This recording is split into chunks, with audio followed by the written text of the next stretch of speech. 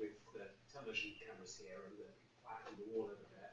Dr. Chris Steele did a very good job of announcing the opening of the National Aspergillosis Centre. Just immediately following that, we had a meeting with numerous numbers of patients who, to try and facilitate improved relationships with patients, particularly on information and on research. And that was led by one of my colleagues, and with Graham Atherton, who manages the website together. This is the third part of the opening meeting, where we're going to officially open the meeting from the hospital's perspective, and then follow that with a description of the disease that we're going to be managing, and also the some of the research issues that we're facing later on this afternoon. It's another important day for this trust at the moment, because there's some interviews going on for new chief executive, and I'm very privileged that our medical director, Dr. Brendan Ryan, is going to actually officially open the centre for us as a starting point. Brendan.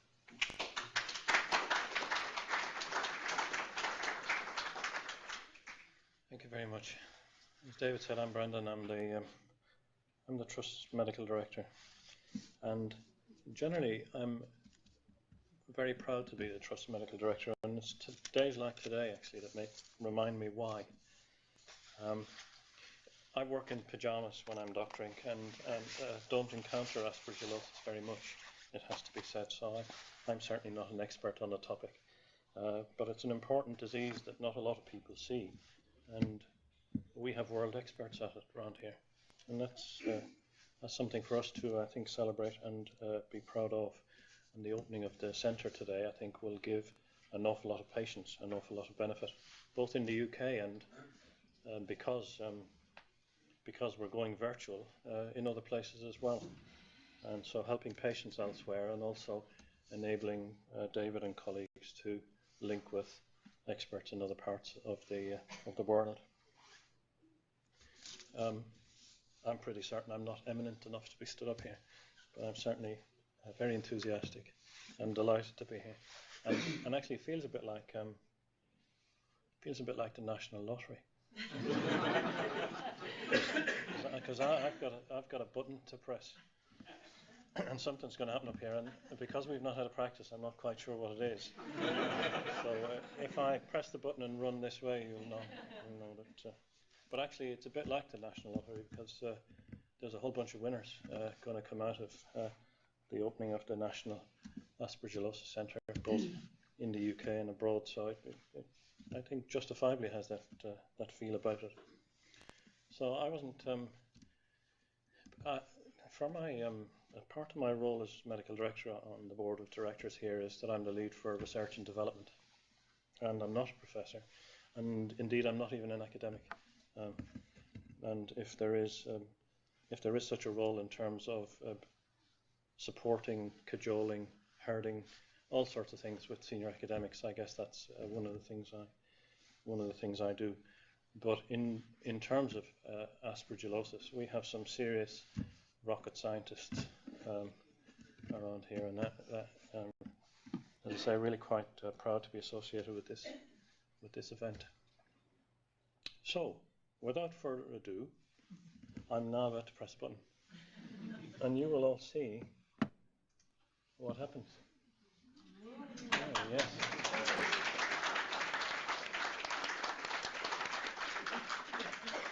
I suppose I should say something like, I now declare the virtual centre open. So thank you for supporting that. I won't take up another moment of your time. I guess I was just the warm-up guy for Ashley Woodcock, who's another rocket scientist in his own way. So over to you, sir.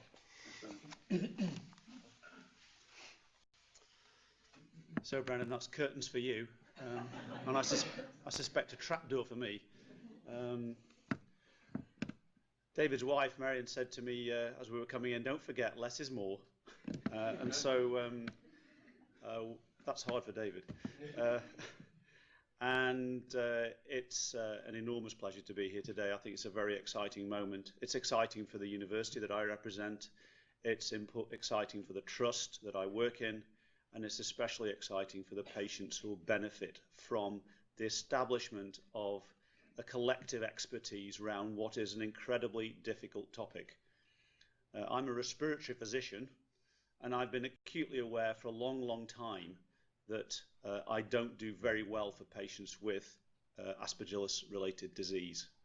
And that's because it's tough to manage, it requires expertise, and it requires scientific knowledge to back it up of high caliber and quality. And that's really encompassed in this unit. The University of Manchester is, I think, going places at the moment. In the recent research assessment exercise from a research standpoint, it's rated, you could argue, probably third or fourth in the country for research power. If you multiply the quality times the number of people. And that's a big breakthrough into the golden triangle, if you like, of south of England. So that's a very big first, I think, as a research organisation. And respiratory medicine is in the school that I lead, and it did very well in the research assessment exercise, and it's featured for development. So that's a very important component, because matched to the clinical expertise, you're going to see research infrastructure underpinning it. I run the translational school. I'm head of the translational school. That means people argue what the word translation means in medicine. It's the buzzword at the moment. For me, it isn't the third cell on the right to the third rat on the right. It's actually getting some science and making a difference to patients like you in the audience here. That's translational medicine for me. It's what we call, it's the right-hand side of the equation. David Denning came to South Manchester in 2001, and I think it's true to say that it's been a very synergistic and exciting time since he's been here. Sometimes it's like hanging on to his coattails, I have to tell you, but David's been an enormous power for good for this very, very difficult disease. He does true translational research. So he works at one end with the bugs and the other end with the patients. And making the difference between bugs and patients, diagnostics, new treatments is exactly where the whole group sits. And I think you'll see not a world competitive group here, but actually in the next 3 to 5 years, you'll see the world leading group in Aspergillus disease. So we're very proud to have that at the University of Manchester, and we're very proud to have it on this site, but only if it translates to benefit for all patients with Aspergillus in the country, and indeed worldwide. So I think that there's a great deal to celebrate here, and I'd ask you to applaud with me the opening of this centre. Thank you very much.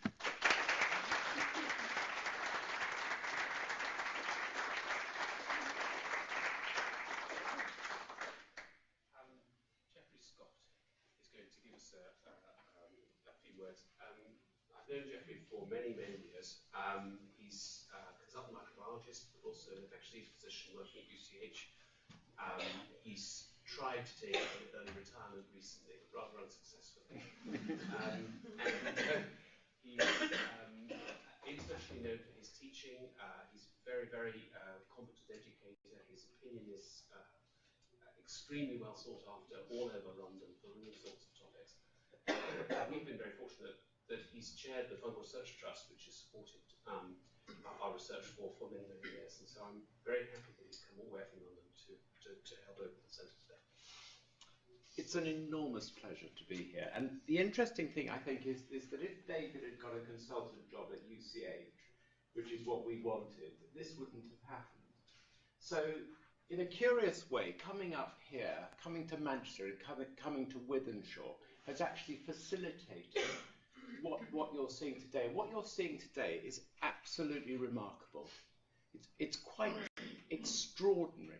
Here is a disease, and some of you that I met this morning, you very kindly come and you're experiencing it.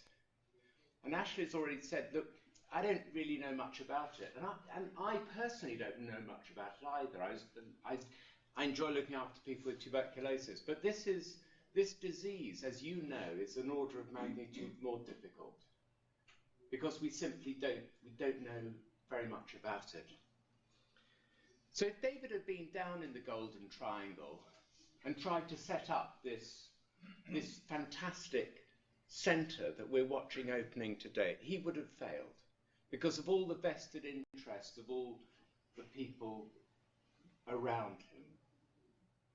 So it's fantastic that it's here. And this is a great hospital, and I know it personally, I know it by reputation. I think it's going to be really, really good. It's also very central. It's central for the country because the disease is curiously, it's recognised in a relatively small number of people, but it probably affects quite a lot of people. So it's central here, people can get here and get to treatment. And the Fungal Research Trust, which was set up, I don't know, 91. Long time ago, has actually funded a huge amount of research, and the website, which many of you have seen. And we hope that we will continue to be able to help and support the research which is done here and in other centres all around the world actually now. So we're quite excited about that. So I'd just like to congratulate. He's completely unsuppressible, David. A remarkable, remarkable man that I've known for a very long time now and it's been a great privilege working with you. Fantastic. And good luck, and the centre will be great.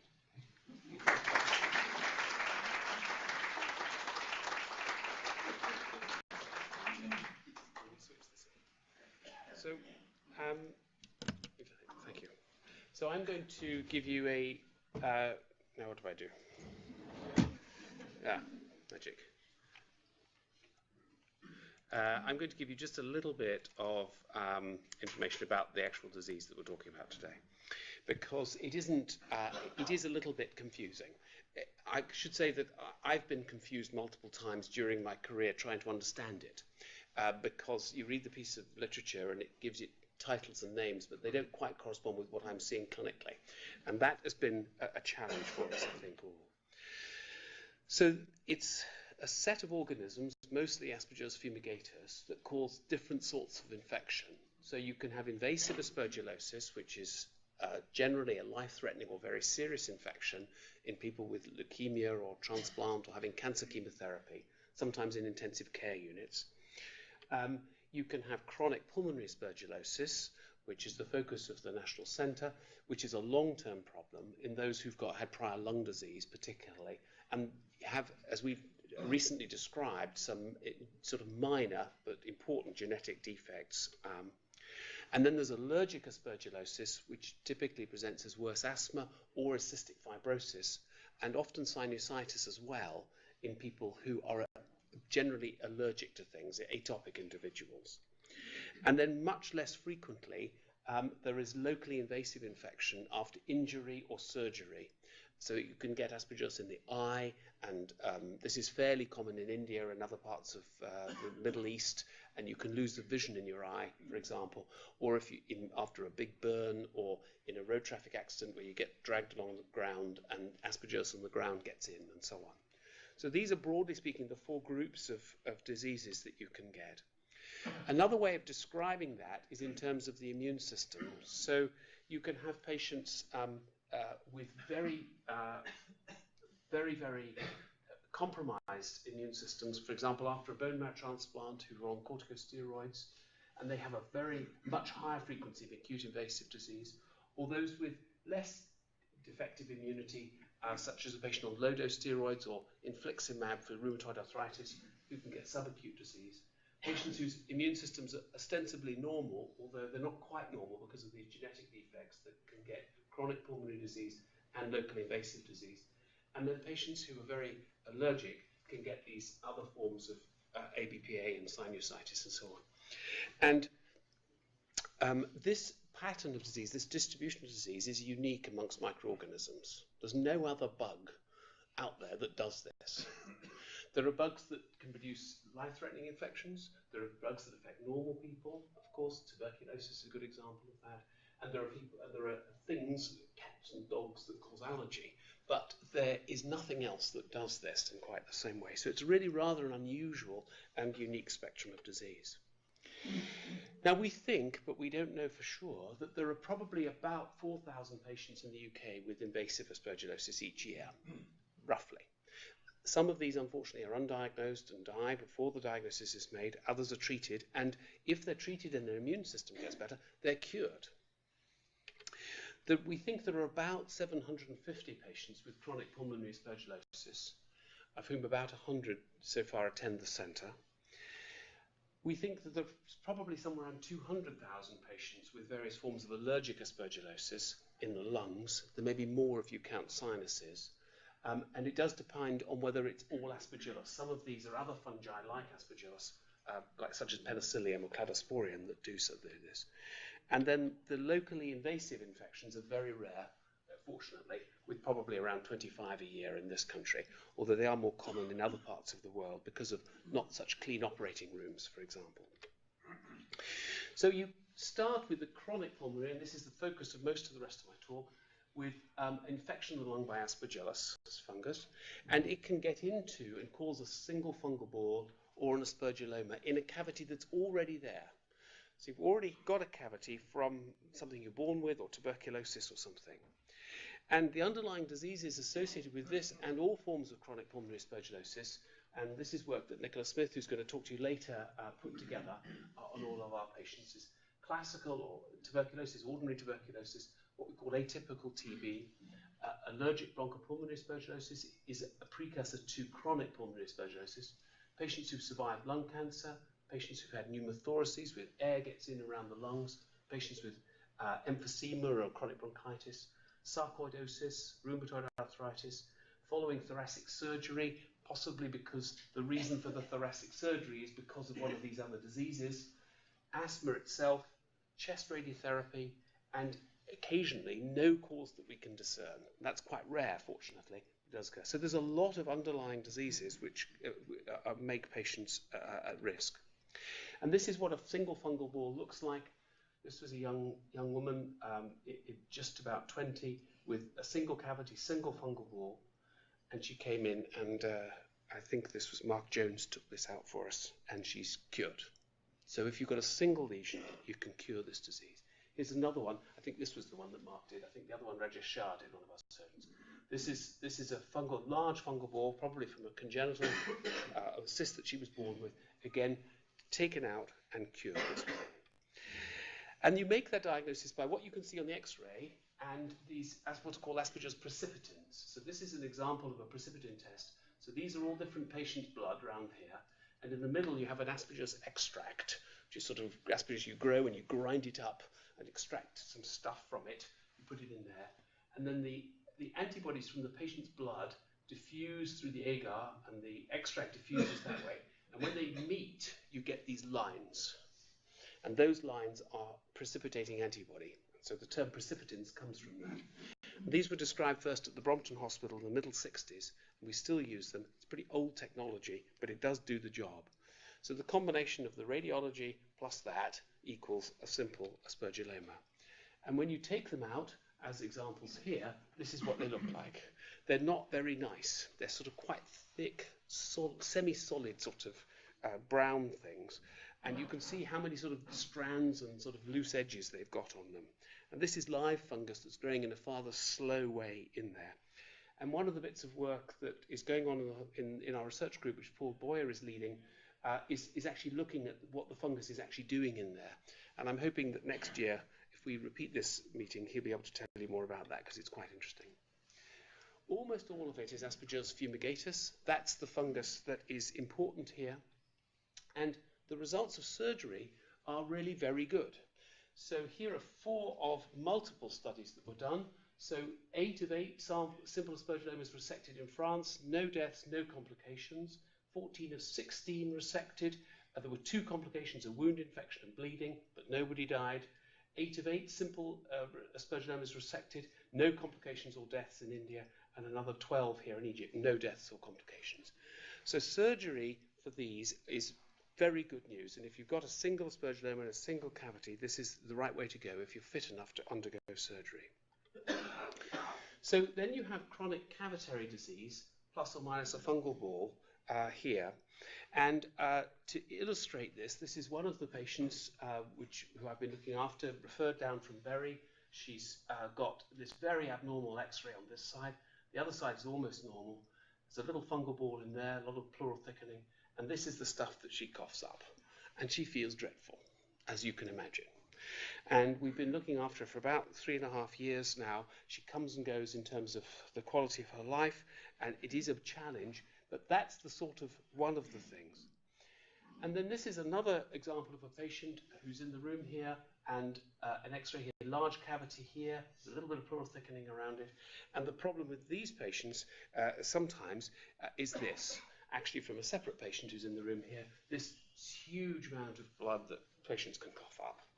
And you can get that with the single or simple aspergillomas as well, but it's a particular problem with this. And later on today, Ray Ashley, one of our radiologists, is going to talk about how we deal with that problem. So then you have patients who have abnormal X-rays like this and don't have a fungal ball. And it's a little bit unclear how to classify them. And this was a young 30-year-old, and she had chronic weight loss and cough and was feeling unwell. Very abnormal X-ray here. And this progressed over the following year, very large lesions up here and on that side, and a year later looked like this. And the fungus here, the aspergillus, had really eroded, and she'd lost both of the whole top half of both lungs in the space of 2 years. And she's left with a little fungal ball here, another fungal ball over here. And so when you can't treat it successfully, that's the sort of problem that you end up with. And this lady, unfortunately, has now died. Other patients have ABPA and get chronic pulmonary on top of it. And this is another example of a patient who comes to clinic who's got all this pleural thickening and cavities in both apices here, also lots of bronchiectasis down here. And despite this really quite dreadful X-ray, he's still working full-time and doing reasonably well. So that's an indication that you always have to judge the patient by the patient, not by the X-ray. Sometimes you get an example of a patient who gets invasive disease or even a community-acquired primary infection of aspergillosis, which can then lead to chronic disease.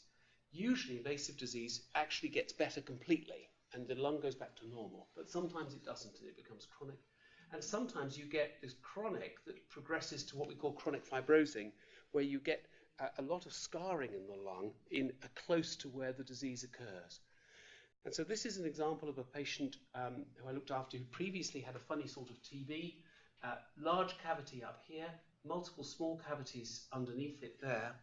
She wasn't able to take itraconazole, she wasn't able to take amphotericin because of side effects, and in '99 there were no other drugs. Those were the only 2 drugs that we had.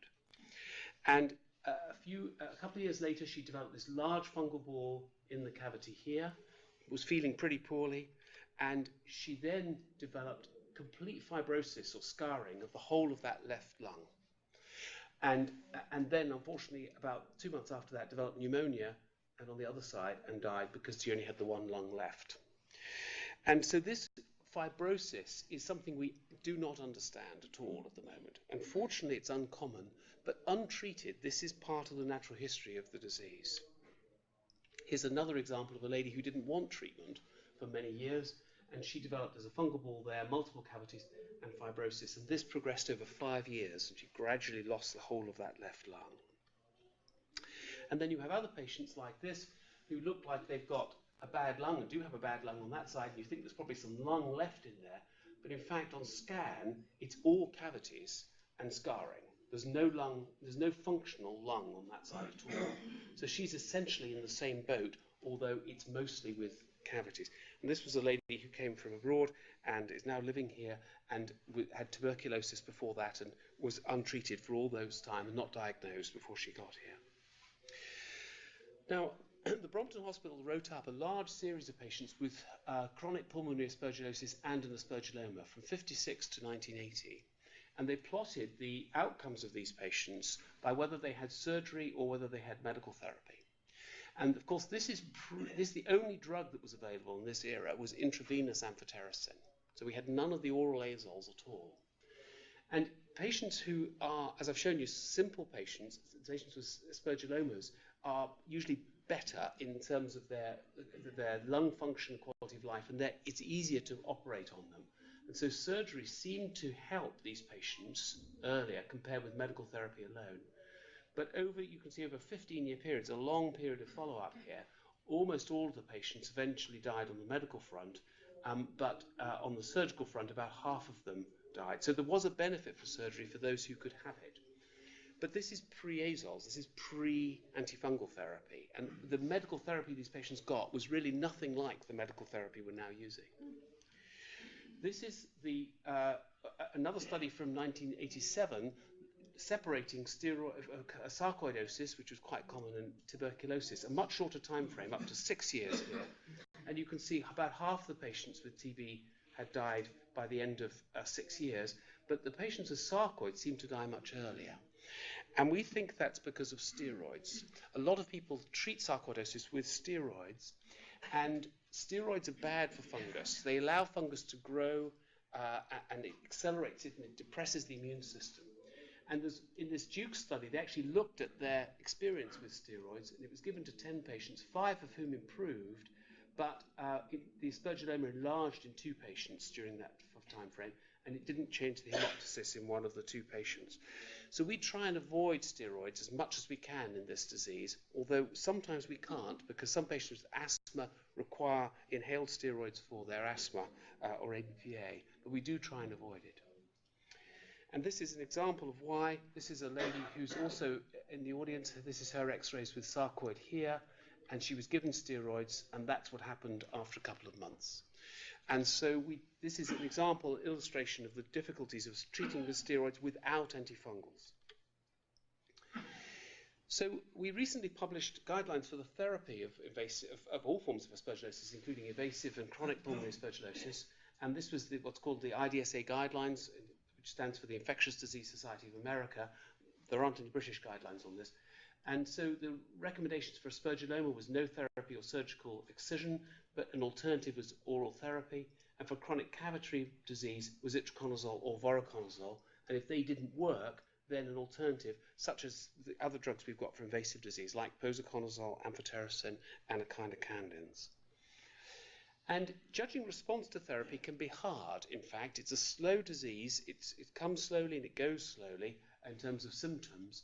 But clinically, patients improve if they're less tired, they have a better appetite, they put on weight, they cough less, they're less productive, and they cough less blood up, and they generally feel better.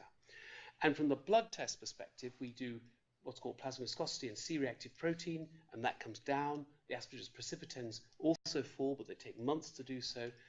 If the IgE is up, it falls, and the X-ray shows no new cavities, and eventually resolution of cavities if you get a really good response over time. And sometimes it's hard to make the judgment, but this is an example of a patient who has got a fungal ball here and multiple other cavities around, and we started her on therapy with itraconazole, and she wasn't better at this stage.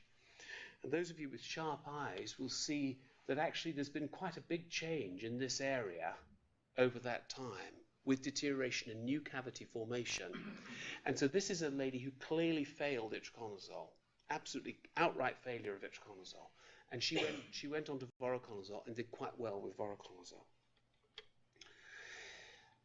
Patients can cough up blood. We often, usually minor, we manage this with tranexamic acid orally, which has never been studied and isn't licensed for this indication, but it does seem to work quite well.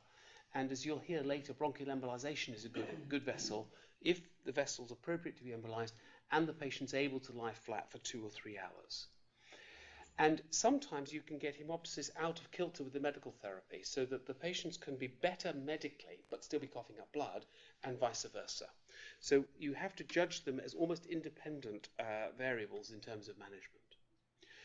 From a surgery perspective, I've shown that single aspergillomas are amenable to surgery. However, the CCPA complex aspergillomas have a high complication rate with surgery. And overall, the mortality is certainly more than 5%. In difficult cases, it may be as high as 20%. And the morbidity and problems associated with surgery are also quite high. So that doesn't completely stop us doing it, but boy, does it put the brakes on it, because we really don't want to take patients who, while they're not brilliant and either ending up with them dead or with much worse than they were before. And it is very difficult surgery too. This is not your simple sort of cutting out of a cyst type surgery. It takes hours and it's really difficult, challenging surgery. Hemoptysis is one of the drivers for that, so coughing up a lot of blood, really unwell and unable to manage with medical therapy, and contraindications or intolerance of the oral drugs is another reason.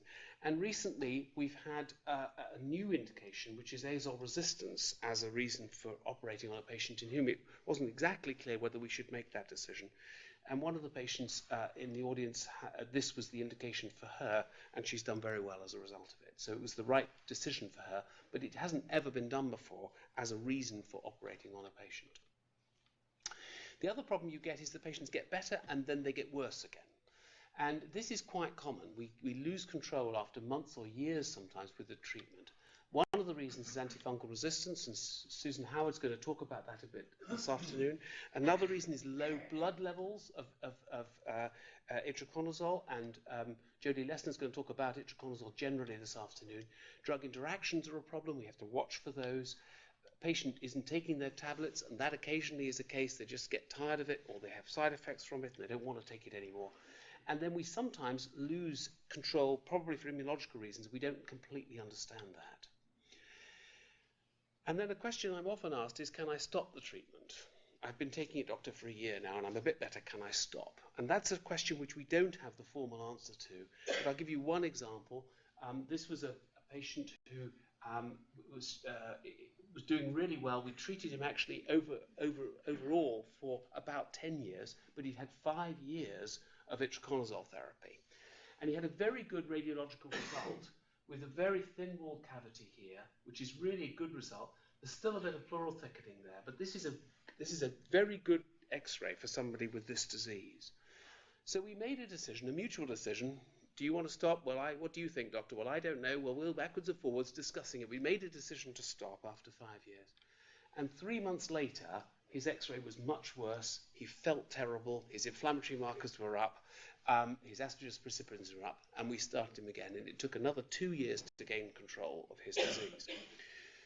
So this puts me off stopping therapy in most patients, unless forced to, because I think it's a challenge otherwise to do this. But there are some patients in whom treatment is just not possible to deliver, and that's part of the challenge for us.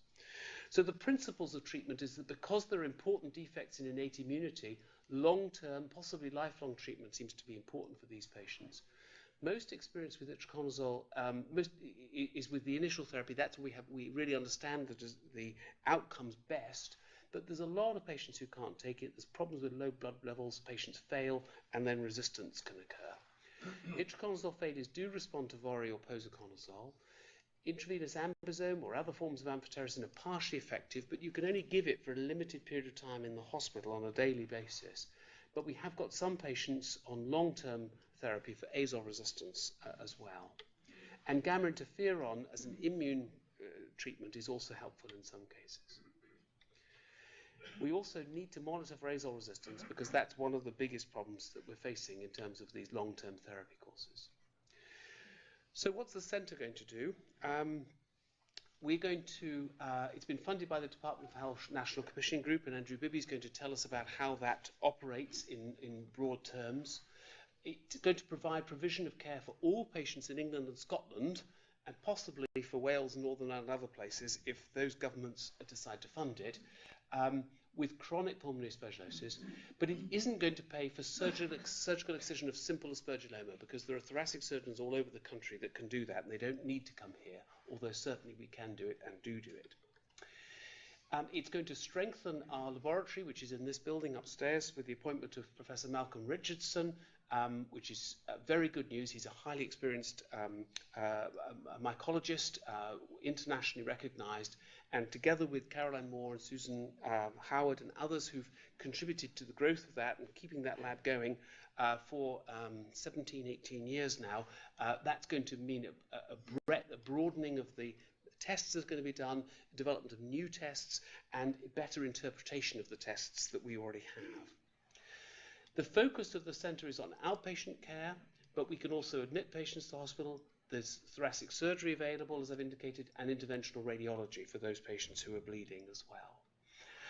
There's a strong multidisciplinary ethos with this, and we've brought in a consultant immunologist to help us with some of those additional problems. I've referred to the mycology, and of course we're embedded within a respiratory medicine department and the radiology associated with that, which is very important in the care of these patients. There's support for clinical research in chronic pulmonary aspergillosis as well, and the related issues, so in ABPA, genetics, azole resistance, and diagnostics, because we do need to move forward in this area and produce better outcomes, and the only way we're really going to do that is by studying things carefully. And all of the costs of the care, the antifungal treatment, the therapeutic drug monitoring costs, the inpatient, if they come in here, outpatient care, it's all going to be payable through this centre. So that's where the Department of Health comes in, because they've had the vision to see that to centralise this and produce a real focus, a real expertise will, I think, deliver better outcomes for patients. We've set up a website which has been opened today, which provides information about the centre itself. But of course, we've been running the Aspergillus website now for 11 years. And Graham Atherton, who's hiding behind here, and Jenny Bartholomew, who sits over here, the two key people who run that website upstairs. And this provides a national and international resource for patients, relatives, researchers, doctors, and others in the topic area. It's without doubt the most encyclopedic source of information on the topic. And it's been a major driver for coordinating all sorts of activities worldwide in this area to improve research outcomes and patient outcomes. And with that, I'm going to stop. Thank you very much for your attention.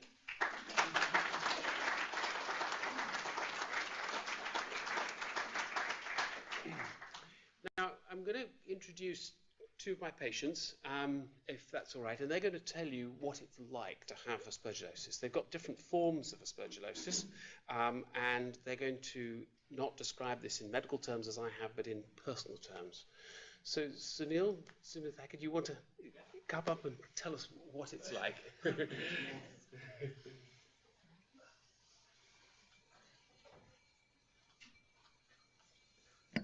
Hi, so my name's Sunil Thacker.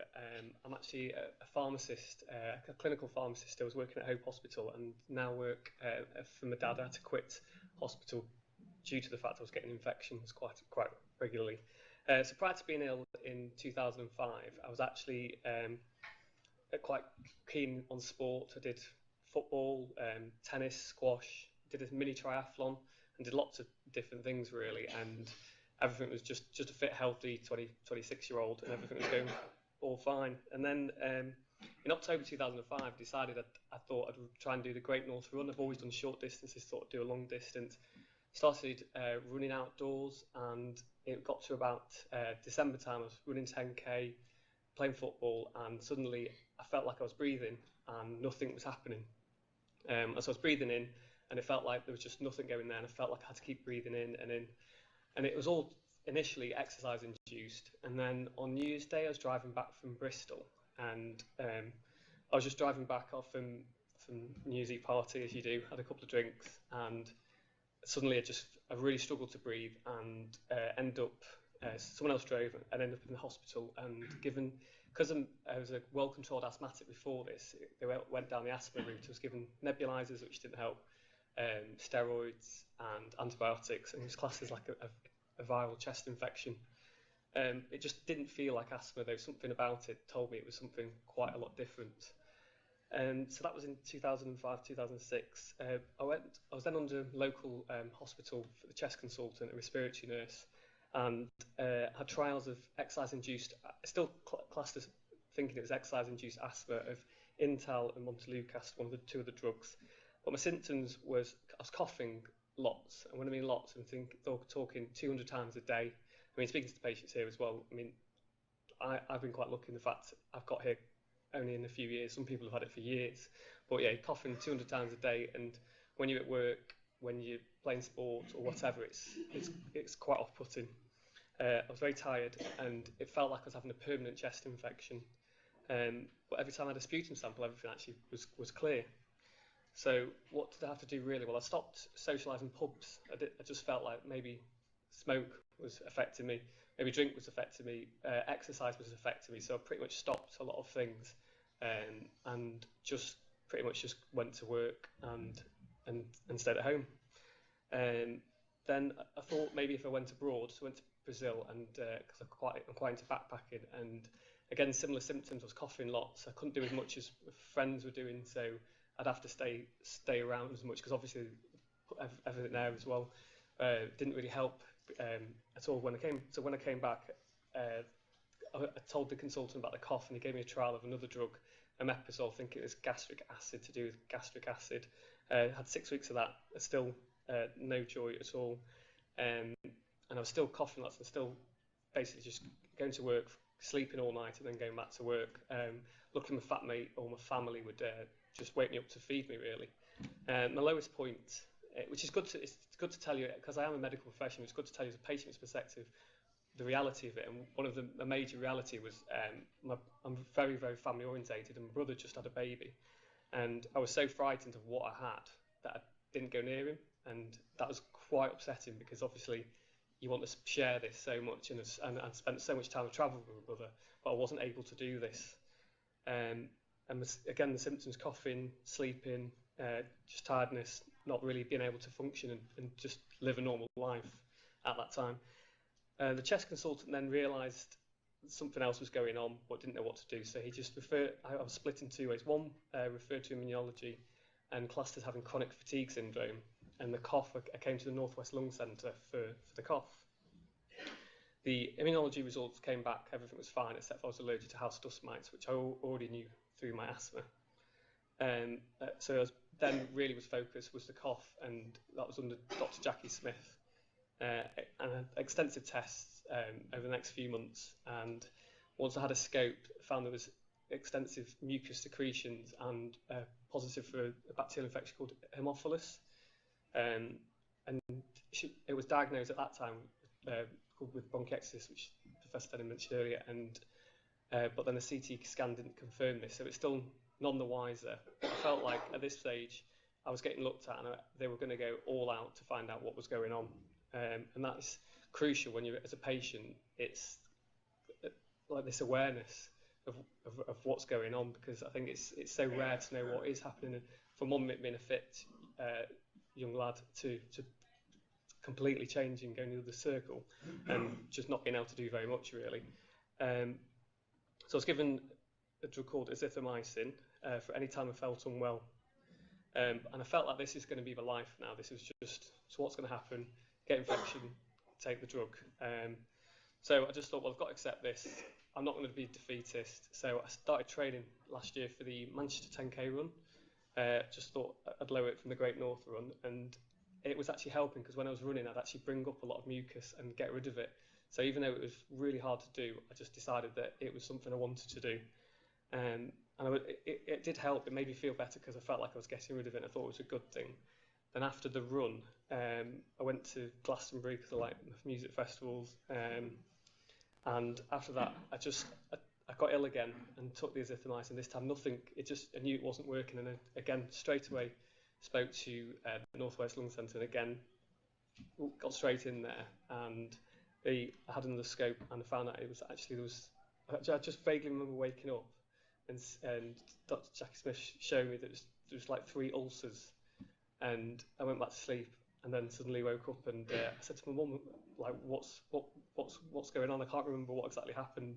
And she's like, we've no idea. And the best thing about Dr. Smith was, this is where we came to Professor Denning. It's so important for consultants to realise when it's something a bit they're not even used to, and it was Aspergillus and Pseudomonas. And the fact that she accepted the fact that this was now at her limit, came over to Professor Denning, and I think we were in America at the time, and Jackson emailed him, and he said to start with the voriconazole and also test for this immune disorder. So I started the drug, and as most of you are aware, they are horrible. I had ciprofloxacin, colimicin nebs for the Pseudomonas because it kept on coming back, and voriconazole. I was so determined to fight this Aspergillus, because as soon as I found out it's Aspergillus, I actually texted my sister, who's a pharmacist as well, because unfortunately I know a little bit about it because I work in a hospital, but I didn't know enough. And I texted her straight away, and I just put Aspergillus. I've got Aspergillus, and she rang me back. I know I shouldn't use mobile phone in hospitals, but she did, and burst into tears because we knew that this is something serious. So when I was given the voriconazole straight away, the first thing I did, got into the car park and took the tablet, and I just work opposite at the Thackers pharmacy, and I started doing a prescription, and I just looked at my mum, and then my eyesight just went completely. And even though I'm a pharmacist, because you're the patient, you don't actually sometimes read and do the information because you don't want to think it's you. So for someone else, I'll help them 110%, but when it's yourself, I just want an assist to find out or whatever. But then I had to sit down and I just said, can somebody read the leaflet about this drug? And then there it was, visual disturbances. But I carried on working because it's a family business. My brother went on holiday, so I had to keep using the computer. And every time I'd use the computer to do my ordering, I'd go and be sick. And that would happen 12 times a day. And that happened initially for quite a while until my brother came back and I used the computer less and less. But again, it's like a social thing. You use email all the time. You use internet for access for a lot of things, and that was out again. Nebulizer, using the nebulizer, we've given it out as a pharmacist, I've given it out loads of times, but when you're actually using it, the restrictions on it which I had were unbelievable. I found that really difficult because it was October and November, it was -2 outside, and you had to keep the windows and doors open so that you don't get exposure of the antibiotics. I had to close the door. I had a flatmate, and so she wasn't allowed into the lounge where I was doing it. I had my patio door open, and it's obviously freezing, and you're doing it first thing in the morning, last thing at night, and you just be wide awake, so you won't be able to sleep as much. And it's being aware of the other side of it, really, because even when I counsel the patient, I wouldn't even think about make sure you wear a jumper or something like that. You wouldn't ever think about things like this. So in the meantime, I found out it was actually a rare genetic immune disorder called mannose binding lectin deficiency. And since the voriconazole, had it for 3 months, finishing the colomycin in December, things have improved lots. I'm on a tablet prophylactically just to prevent things from happening. I've had a couple of blips, but nothing major. But now, changing my diet, because I've read all about nutrition and boosting your immune system, and seem to be making quite a good recovery, and I've decided to, I felt, because the whole centre have done so much for me, decided to get 75 of my friends, and we're all going to run the Great Manchester Run again, and we're all doing it for and raising as much as we can for here, really. Yeah. Thank you very much. Okay.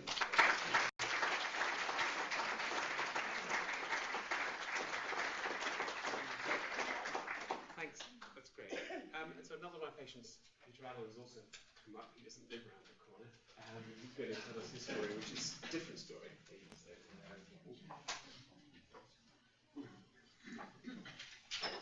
this is in case I cough, which is likely. I've only been a patient here since April last year, but the road that led to Wythenshawe began probably in the late 1960s when I had tuberculosis. And in 1971, I had the top half of my right lung taken out. Then in the late 1980s, I was diagnosed with bronchiectasis. And in 1989, I had a second operation to remove some more, or an attempt to remove some more of my right lung, and it failed because of calcification of the pleura. The surgeon just couldn't get into the chest cavity. The part that Aspergillus played in this second episode has never really been clear. I gave a positive test for it in 1988, and in 1991 a small aspergilloma was located in my right lung, but 6 months later I had a scan in which it appeared to have gone. But the consultants I was dealing with then never really knew what to call what I had, whether it was bronchiectasis or whether it was aspergillosis. And depending who you spoke to, you got a different answer. So it remained a bit of a mystery. After that, I was really on just management of the condition. And I recognised some of the symptoms that Sunil's talked about: acute exhaustion, hemoptysis, and generally feeling unwell. But over a period of years, my condition slightly improved. And I had quite a few, 3 or 4 benign years, the late 1990s. But then in 2004, everything changed. A lot of changes took place, which I noticed. My overall condition became deteriorated. And what had been annual checkups at the chest clinic became 6 monthly, then 3 monthly, then 2 monthly. And eventually, they, in 2006, decided to investigate what I'd got. And I had a bronchoscopy and a CT scan, and that revealed an aspergilloma in my right lung, in the bit of the lung that would have been removed in 1999. The surgeon could have got into the cavity. The sequence of events that followed was that the consultant I was dealing with decided that he wouldn't try to treat it, but he'd just monitor it. And then 17 months went by before I had another scan. And this one revealed that the aspergilloma was quite big. It was 7 centimeters wide and quite a bit longer than that. And it was pressed very close to the main pulmonary artery. And the doctor that was dealing with me at the time thought this was life-threatening. He explained to me that he thought the aspergilloma would erode this artery to the point where it would rupture, in which case I would bleed to death.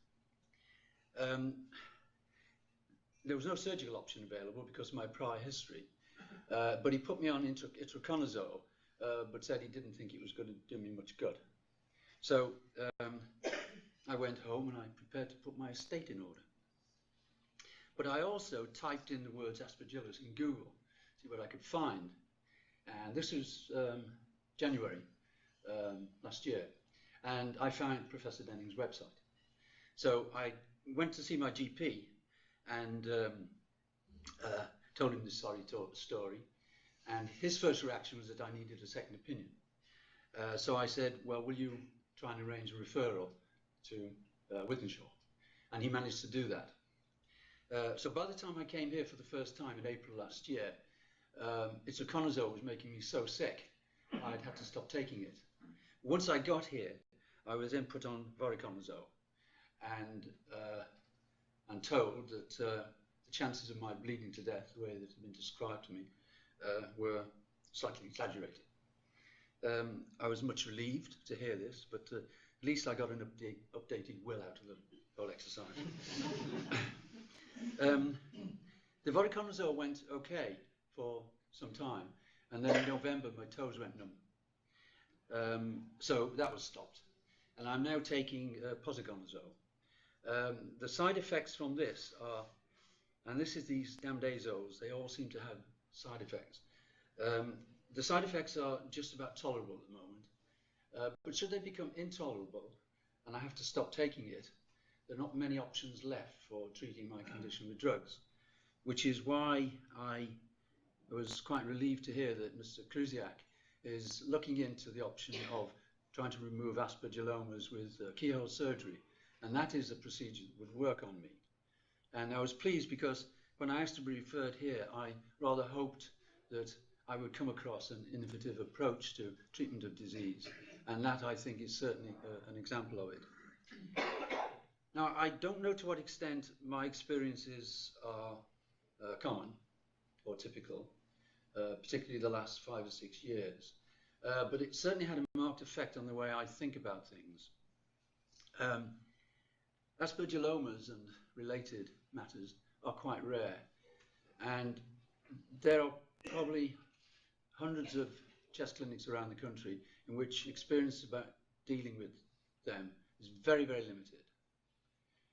In my particular case, I think that the aspergilloma, despite having periodic x-rays, went unrecognized for a long time, possibly many years. I'm not trying to say here that early diagnosis would have changed the outcomes. I think I was always going to be sick with itraconazole, whether I'd taken it 10 years ago or a year ago, and I was always likely to be inoperable. So whatever I had was probably, if it had been around before 1999 was always going to grow to the size that it currently is. The other experience that I think I want to relate is that I don't really think it's the responsibility of patients to find out about this place, or even their GPs, and certainly I don't think it should be the responsibility of the patients to initiate a referral procedure to here. That's what I had to do. So I'm rather pleased to hear what I have heard so far about the objectives of this National Centre, that it is to function on a nationwide basis, because I think it's extremely important that it performs as an Aspergillus hub and has links into every chest clinic in the land, and freely exchanges and transmits information, help and advice. And I would add to that training also, so that you know, there are registrars and consultants out in the sticks there who could benefit from learning about this disease, so that far fewer people go undiagnosed. And I would like to think that the referral process to here, it becomes an automatic one for complex cases where it is necessary to do so, and that you don't have to do what I had to do. There are quite a lot of patients who don't have the resources to search the internet to find out about this place, and there are others who are very, very wary about asking for second opinions, and those are the patients that will go undiscovered, or their diagnosis will be delayed for many, many years. So I was pleased to hear what I have heard about the objectives of the centre, and I just hope that they are achieved, because if they are, far more patients with Aspergillus-related diseases are going to benefit from the research and the development and treatments that are carried on here that might otherwise happen. Thank you.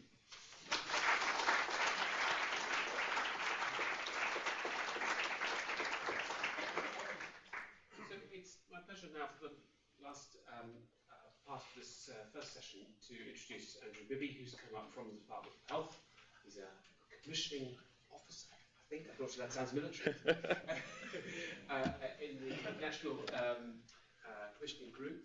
And he's going to tell us broadly about what the National Commissioning Group is about, what its mission is. Okay. Thank you, David, and thank you very much for inviting me to come and speak at your launch event today.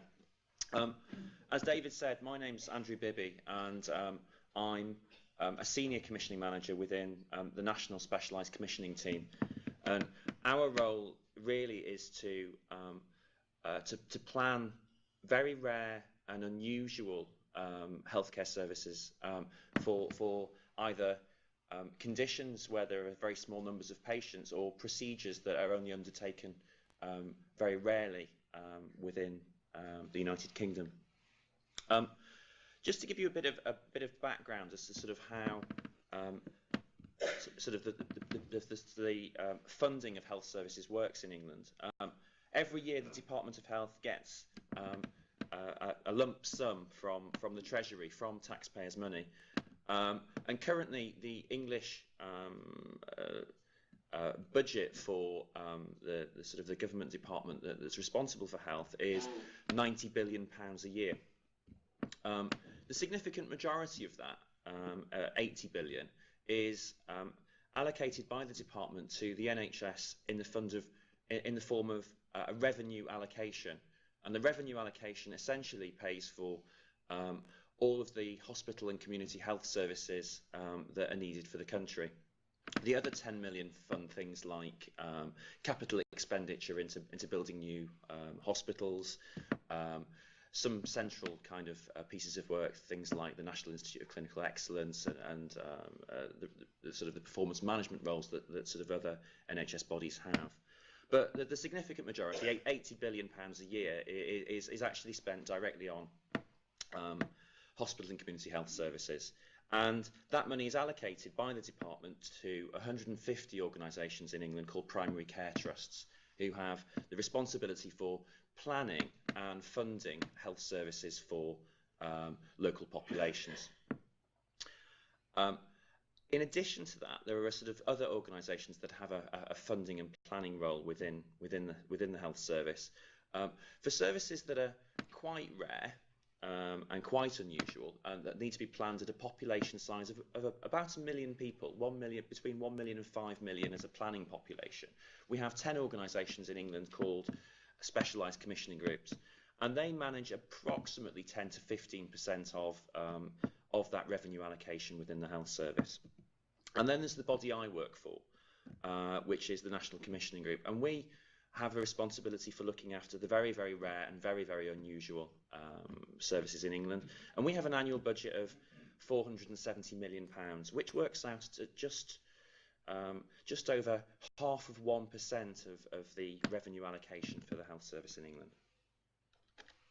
Okay, so what we do is something called commissioning, and essentially, at its simplest, commissioning is a function within the health service, and the health service is split into two sides. There's the side that are purchasers, represented by this comic office block, and there's a side that are providers, represented by this not particularly great illustration of a hospital. And commissioning is essentially the process of managing a relationship between those two stakeholders. And the aims of commissioning is to secure the right treatment for the right patient from the right provider in the right place at the right cost and the right time to the right quality. Okay. And as I've kind of already said, the vast majority of health services in England are commissioned by, what am I looking for, primary care trusts, with regional services being managed by specialised commissioning groups, and sort of a small number of health services being commissioned nationally by body I work for, the National Commissioning Group. So the services that we look after have to sort of meet a number of criteria in order to be considered special enough that actually they're planned at a national level. And our criteria are that the service in question should involve a small number of patients. And our sort of rule of thumb is that actually that should probably be no more than 400, and certainly in no circumstances whatsoever more than 1,000 patients in England. The service actually needs to be clearly defined and have clear selection criteria. It's got to be a service that lends itself to being provided from a small number of centres, certainly no more than 5. And it has to demonstrate that it's actually providing a service that will be clinically effective and cost effective. And services that bid to be designated as highly specialised go through a process that David's just gone through. And ultimately, those services are then sent up to the Minister at the Department of Health, who, with a recommendation, and the Minister then takes a final decision to sort of label them and designate them as a national highly specialised service. Okay, and just to give you a couple of examples of other services that actually meet these criteria. Obviously, there's the chronic pulmonary aspergillosis service that we're here to launch today. Services for some very rare cancers, that's a very rare haematological condition, and so there's some very rare mental health services, and just a last example, solid organ transplantation for the majority of solid organs, and one of them that actually happens here on this site is cardiothoracic transplantation. Okay, so why do we as an organisation exist? The sort of the key reason that actually we exist to sort of to plan and commission healthcare services on a national basis is because we recognise and have a very firm belief that patients with rare conditions are best treated at services that have plenty of experience in managing their healthcare issues. And there is an evidence base to say that actually, if you've got sort of a patient with a rare condition, then actually you sort of learn about how to manage that condition by treating a lot of patients with that condition. And the only way to do that is to have those conditions managed in a small number of centres. there are also issues for services that are sort of outside the mainstream of the NHS in terms of stability around funding. Quite often, where services aren't planned at a national level, hospitals have to write to primary care trusts on a patient-by-patient basis to say, will you agree to fund this patient who's coming a long way for this treatment, which the primary care trust, the local budget holders, may well never even have heard of or actually kind of understand. And actually those decisions, when they're done on an ad hoc basis, generally take quite a considerable amount of time and actually sort of a lot of effort of people to sort of try and secure that funding. And the final reason that we think it's important that we actually plan these services on a national basis is that actually we can get a consistently high quality of service and a better outcome by actually sort of concentrating the expertise in a small number of centres. Okay. But for us, there's actually a consideration about sort of trying to sort of balance, and they're obviously kind of by concentrating services in a small number of centres, that there's an issue of the fact that sort of lots of patients are going to have to travel further. And when we think about the model of care, we have to kind of try and make a balance between how far patients will have to travel to access the service and the need to concentrate expertise in order to provide a high quality environment for providing that care. So how does chronic pulmonary aspergillosis meet the criteria for becoming a nationally designated service? Our first criteria, as I said, was about having a small number of patients, and David said in his presentation earlier that he thinks that there are possibly 750 patients in the United Kingdom with chronic pulmonary aspergillosis, which equates to sort of between 400 and 600 patients in England. He's described to us that there is a clear sort of definition of what the service is going to be looking at. So he described sort of all of the different types of aspergillosis and actually kind of very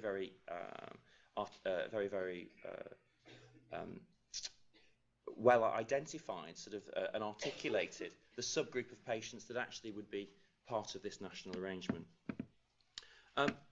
The service can be provided from a small number of centres, and actually this is the only centre in England for chronic pulmonary aspergillosis. But actually, as sort of David develops this service, and actually the number of patients increases as kind of the service gets better known, and actually the sort of the undiagnosed cases and the cases that are sort of currently being managed in local centres actually come forward to be treated by the national unit. We'll probably get to a point in a couple of years' time when we want to start thinking about having a second centre somewhere in England, and that's likely to be somewhere in southern England in order to try and balance that travelling distance that actually kind of is required. Oh, I seem to have pressed the wrong button and lost my presentation.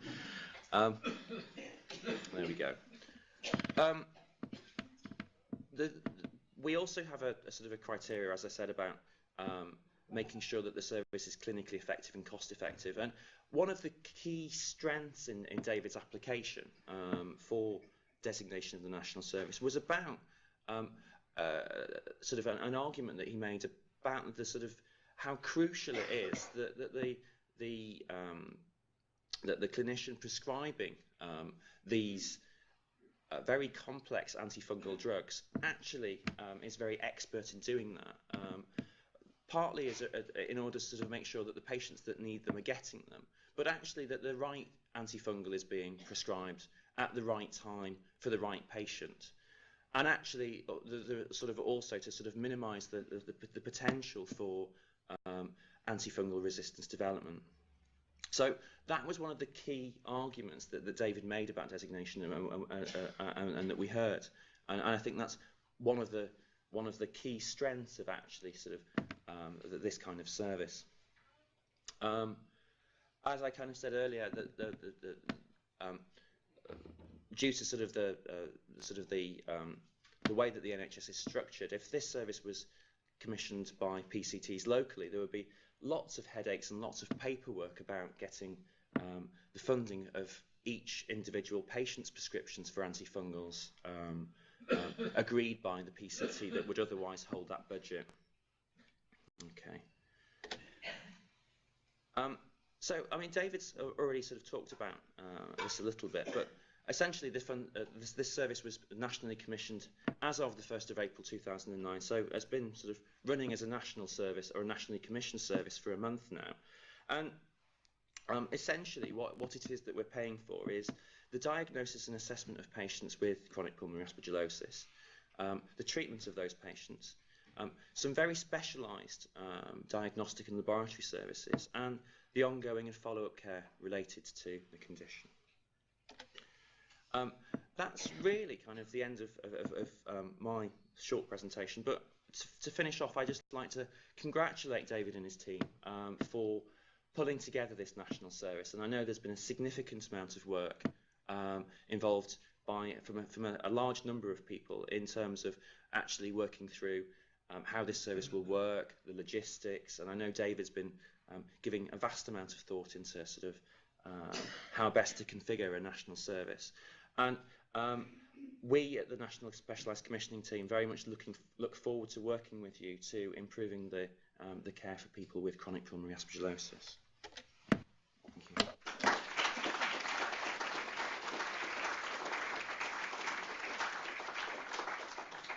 So that's all we've got for you now.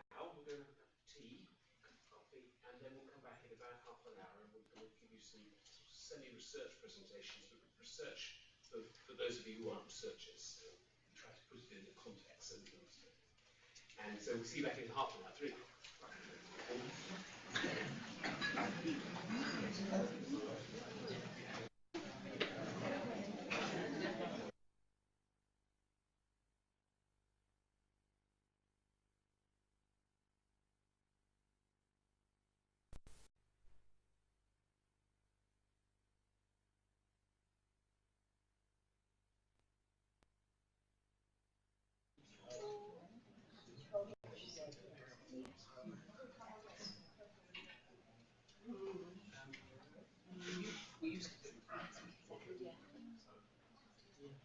Okay, so I think we should kick off. Jeff Scott had to leave. He's on call tomorrow, so he was going to stay with us. And he's half his plane at Barton Airport to go to Cape Town, flying back. It takes a little longer. So it's a great pleasure to introduce Nicholas Smith, who's a PhD student working in our group, funded by the Medical Research Council, and just going to give you an overview of her project on genetics. Yeah. So, like David said, I'm Nicholas Smith, and my PhD is about genetic susceptibility to aspergillosis, which is what I'm going to talk about today. Can you hear me all right? Okay. I'm just not. Okay. Anyway. So, as I'm sure you're all aware, and David said earlier as well, aspergillosis is a disease caused by the fungus Aspergillus. It's usually Aspergillus fumigatus, but it can be other species. And this causes multiple types of lung disease, which can be allergic, chronic, or invasive in nature. And my project focuses on these lung diseases, on the chronic and allergic forms. So why do we think there's genetic susceptibility? Well, there's been reports of familiar occurrences of ABPA, which is an allergic form of aspergillosis. Familiar occurrence means it is inherited, so you get it in parents and in children, which suggests that there must be a genetic component to it. There have also been genetic associations reported in literature, for example, the MBL2 and the TLR9 gene, and these suggest that there is a genetic association. And because these genes don't cover all cases of aspergillosis, my project is investigating other genetic associations and looking at other genes that may be involved.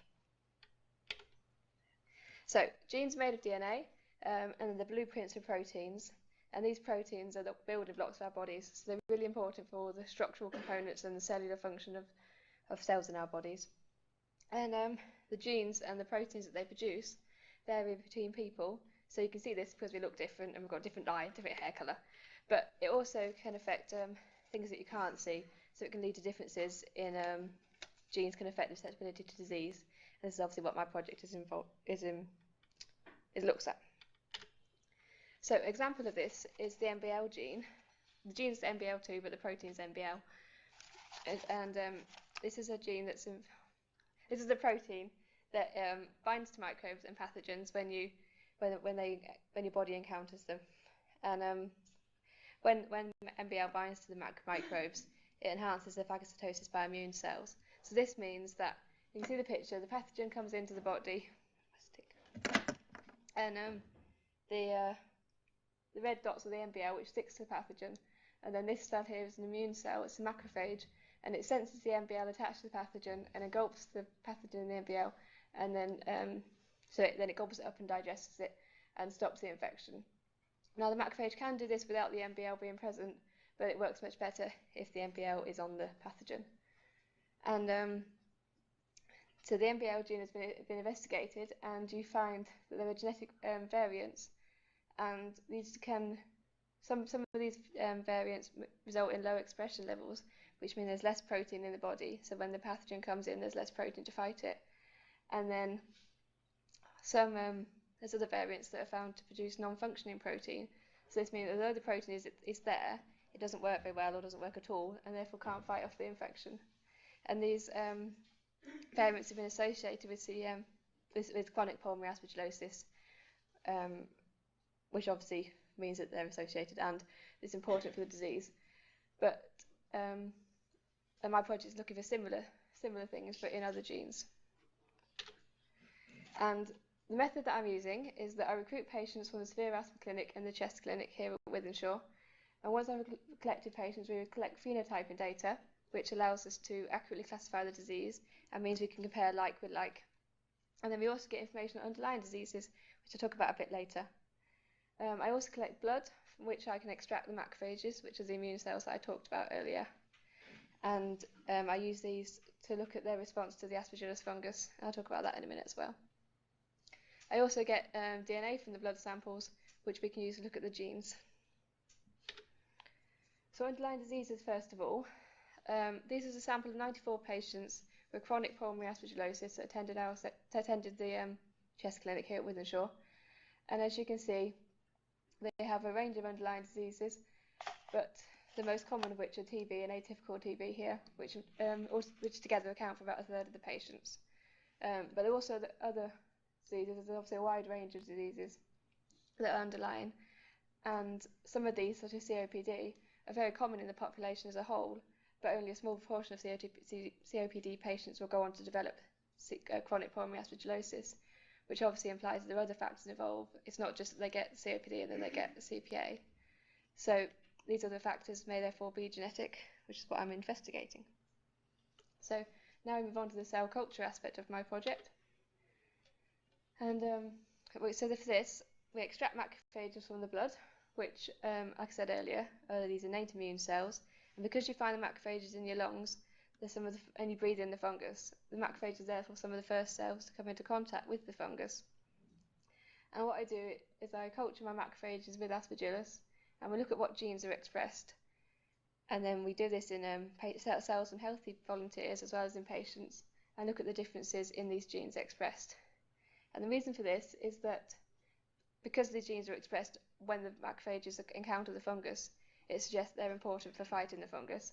And any differences may give us information about how important they are in terms of getting the disease. So, for example, if a gene is highly expressed in a healthy cell when it's in contact with the fungus, but not expressed in the patient cell, this implies that maybe the reason the patient has a disease is that that gene isn't responding the way that it should, like it does in the healthy people. And the top picture here is the macrophages without any fungus, and the bottom picture is macrophages growing with some fungus present in the mixture as well.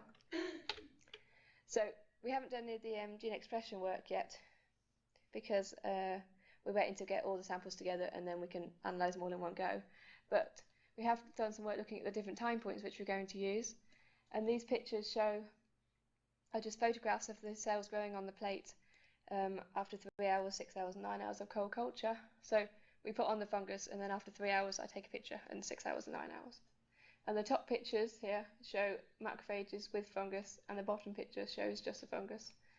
And the big blobs are the macrophages, and the little tiny circles are the fungus. That's it. The macrophages are the big blobs, fungus are the little blobs. And in at the 3 hour time point, you can see that the fungus is still all little tiny blobs, little tiny circles, sorry, and so they're still spores. And this represents quite early stage of infection in the body. So when you first breathe in the spores, this is when the macrophages are first encountering them. Then at 6 hours, you can see that the spores are becoming a bit elongated, and they're what we call germ tubes. And so this means that the fungus is just starting to grow and just starting to develop. So it's a slightly later stage of infection to the 3 hours, but it's still quite early on.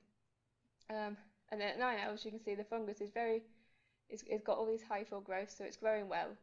And this is a much later stage of infection in terms of its relevance to the disease.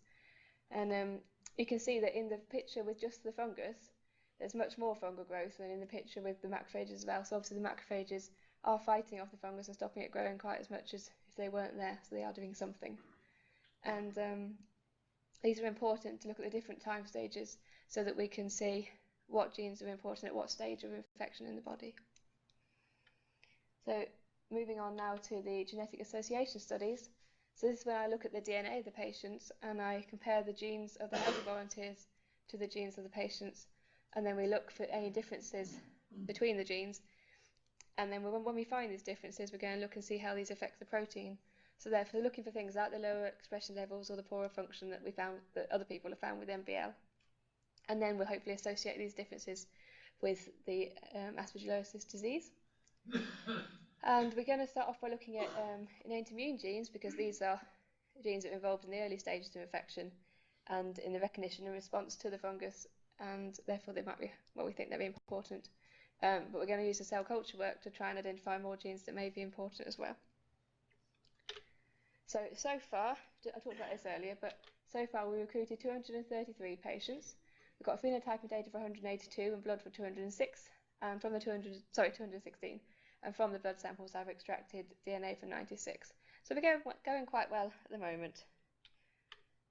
And the next steps, we're going to continue recruiting patients, continue collecting data and blood samples, and then complete the work that I've been talking about today to identify genes and associate these with the diseases. So in summary, Aspergillus fumigatus causes multiple types of lung disease, and although underlying diseases can be identified in CPA patients, these don't completely explain why patients get the disease. And there's likely to be a genetic component, and I'm investigating that genetic component as part of my PhD by using the methods that I've talked about today. That's it. I'd like to acknowledge my supervisors, Paul Bowyer, Angela Simpson and David Denning, and all the people who work in the clinics for helping me get patients to look at. Thank you.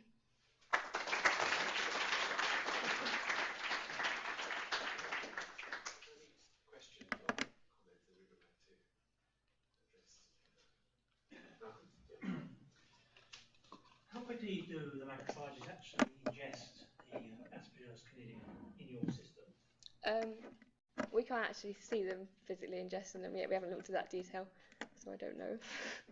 I mean, do you have any option in that?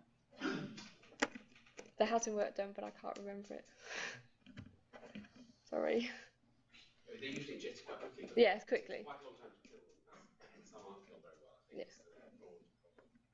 But the so-called hyphal extension rates, that obviously appear to be different between the two groups. We can see that, yeah. But I think it's not just that the macrophages ingest, and they also release things that stop them growing and stop the fungus growing and stuff. And we can obviously see that, but as we haven't looked at the genes, we don't know what exactly they're expressing that's doing it. Why is there such a association with TB and Aspergillus, which is striking, which on the first slide, so many people atypical normal TB? Well, I think it's to do with the cavities, isn't it? Is that thing, or is there a... But it could well be that there's an immune defect that's making them get TB, and that's then, involved in them get developing it. Just having previous TB, but then leads for damage, that then leads for... Yeah, that's the thought, yeah. But you're right, it could be because you've got a cavity and so something there just to land in. Yeah. Or it could be that they've got that plus susceptibility to both, also one. So it's a very interesting observation, one we should be overall, the rate of chronic pulmonary fibrosis following TB overall is about 10%. It's quite a high percentage, but it's mostly in patients with cavities. So it could be just that they're late diagnosis cases, since they've got inflammatory disease. So these are the uncertainties. Okay, so we'll move on. Thank you very much. Now, Susan Howard, who's Susan has been absolutely instrumental in the antifungal susceptibility testing lab, regional mycology lab upstairs. She moved it from Hope Hospital to here about a year and a half, 2 years ago. And she's also been doing a PhD alongside that, so she's a busy girl. And she's in the very final stages of writing. Good afternoon. So we've been involved in research into resistance for a number of years now, since David reported the first cases back in 1997. But we've noticed more recently that many more of our patients have been developing resistant infections, so we decided to focus on our clinical samples. And we found some rather intriguing findings. First, let's put this into perspective. Resistance to itraconazole is certainly now well recognised in the literature, but it's still reported fairly infrequently. The first cases were actually isolated from patients back in the late 1980s in the US, but really most seem to have emerged since the turn of the millennium.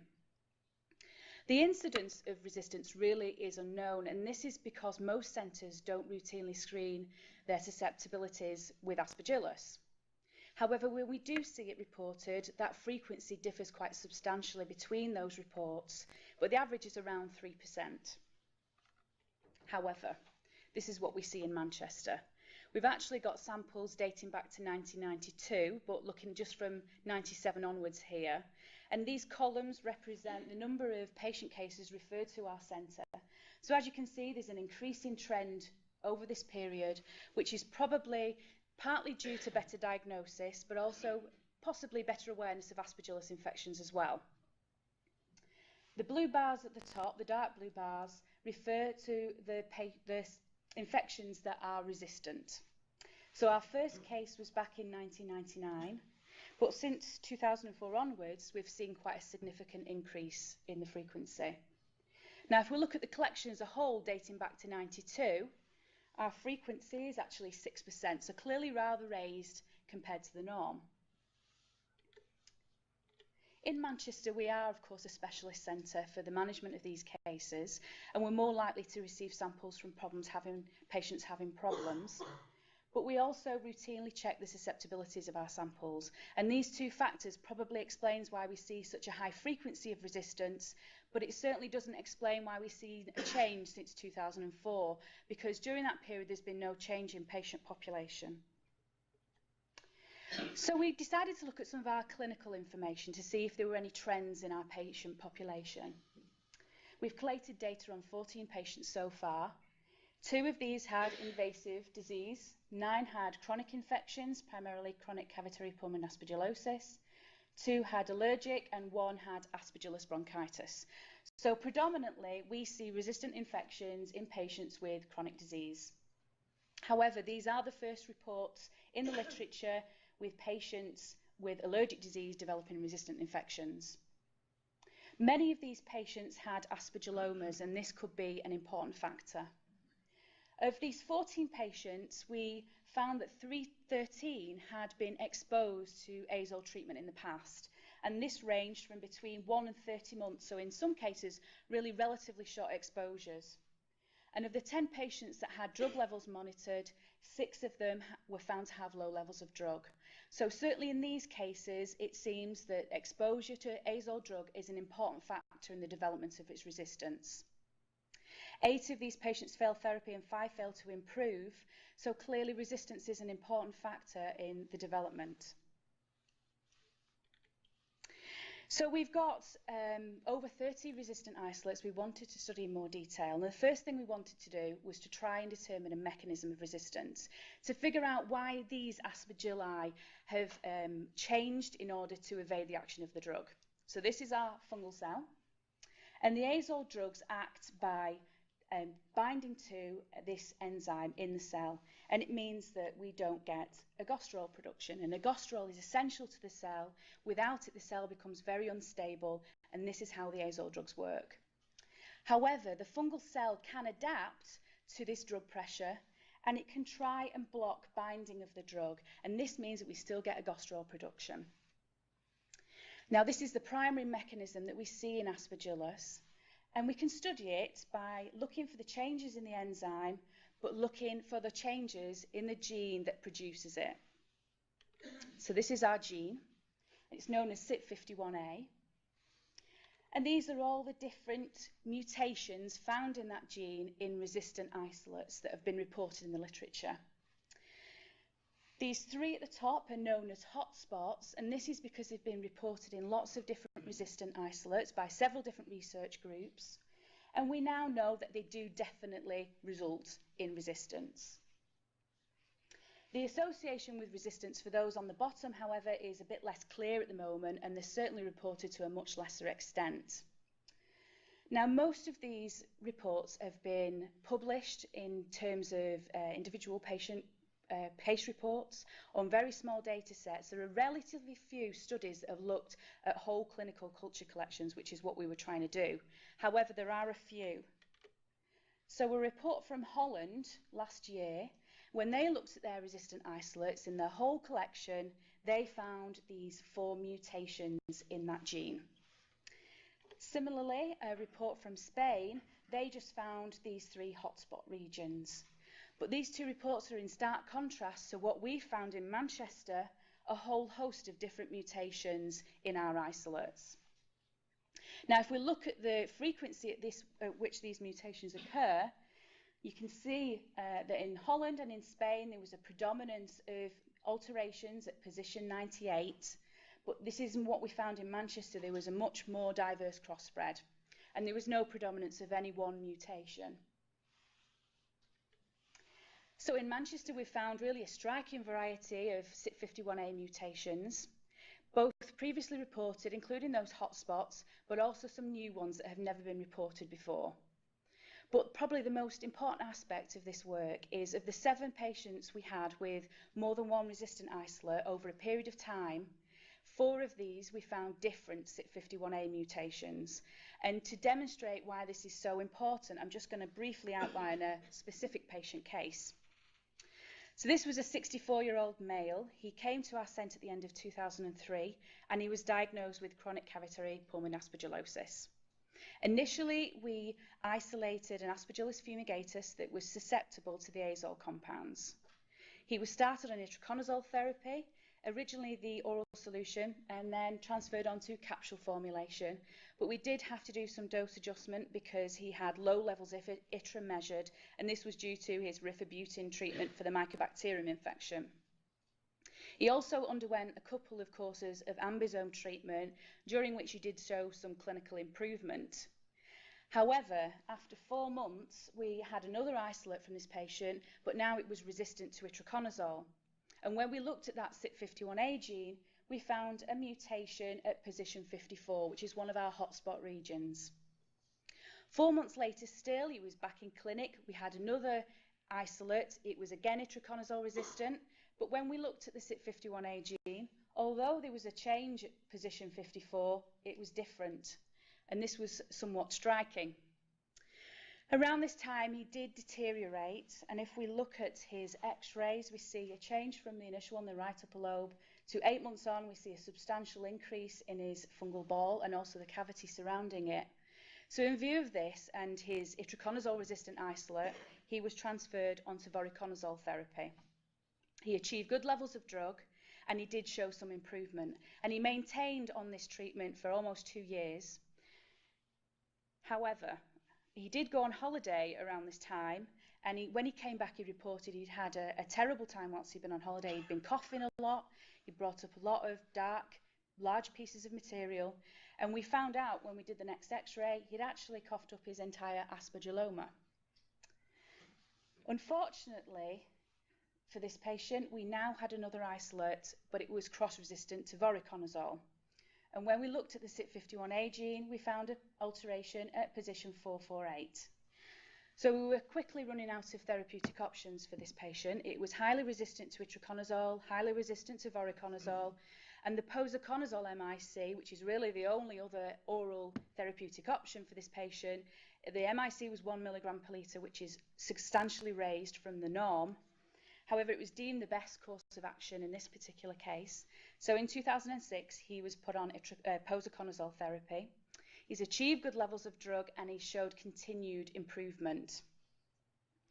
So now, looking at this case, we wanted to know whether this patient was infected with different strains of Aspergillus or whether it's the same strain but has different CYP51A mutations. So to do this, we performed microsatellite typing, which tells us the genetic relatedness of those isolates, and we found that they were all the same strain. And this means that we've got development of resistance on 3 separate occasions because we've got 3 different CYP51A mutations from an originally susceptible strain in the same patient in situ within the lung. This patient case also demonstrates that we do need to keep checking the MICs in these patients. The pattern of cross-resistance can change over time. And with that in mind, if we go back to that graph that I showed you at the beginning, but now looking at it from a cross-resistance perspective, the dark blue bars are isolates that are just itraconazole resistant. The green ones are also cross-resistant to posaconazole, and the red are also cross-resistant to voriconazole. So in the last couple of years, we have seen a substantial increase in the multi-azole resistant strains. So in conclusion, we found a high but also increasing frequency of resistance in Manchester. The clinical information suggests that exposure to drug is important in the development of resistance. We've got evidence of evolution occurring in situ within the lung, and the risk of cross-resistance between the azole options is of concern, and therefore we do recommend routine susceptibility testing to Aspergillus. Thank you.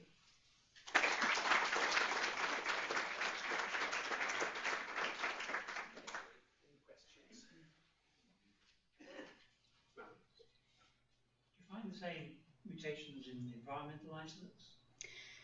We haven't looked extensively at environmental samples as yet, but it's something that we're keen to look at.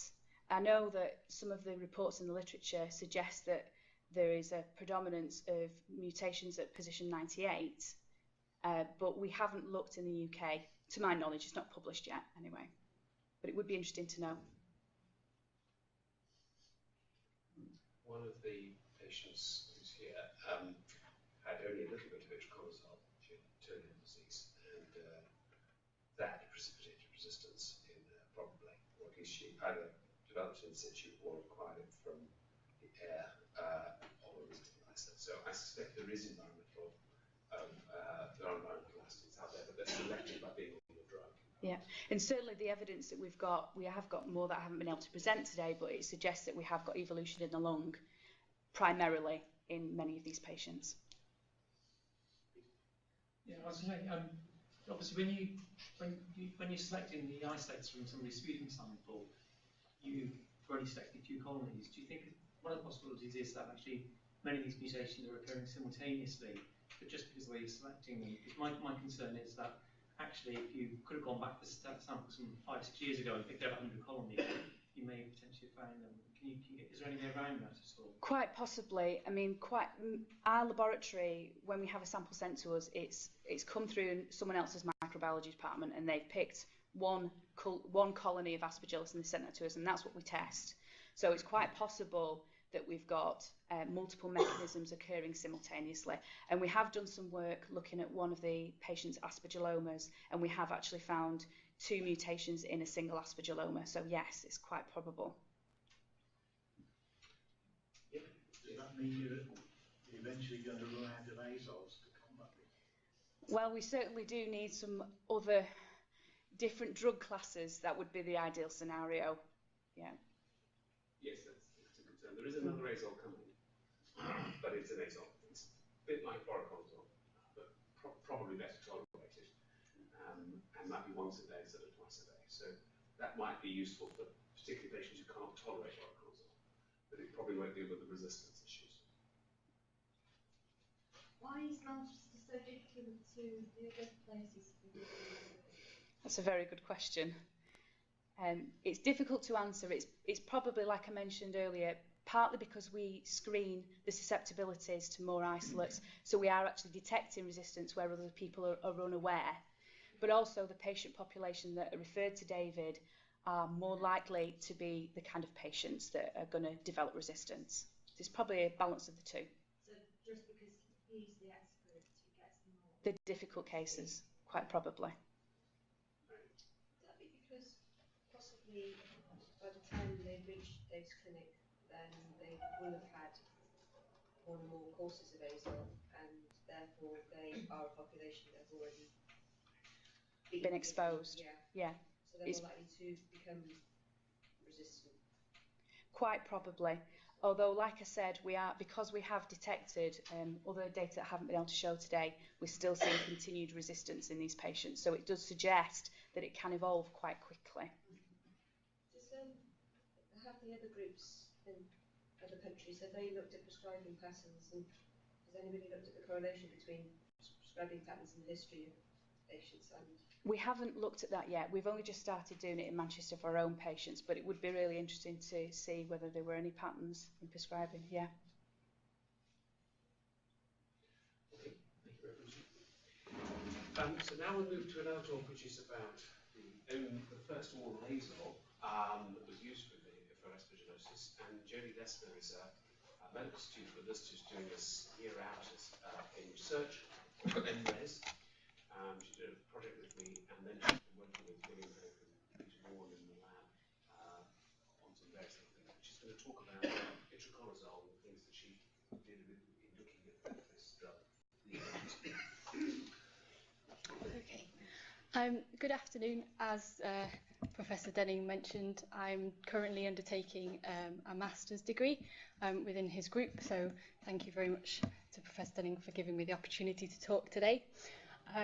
And as he said, I'm going to be talking about itraconazole, which was the first antifungal drug that was available in a tablet form.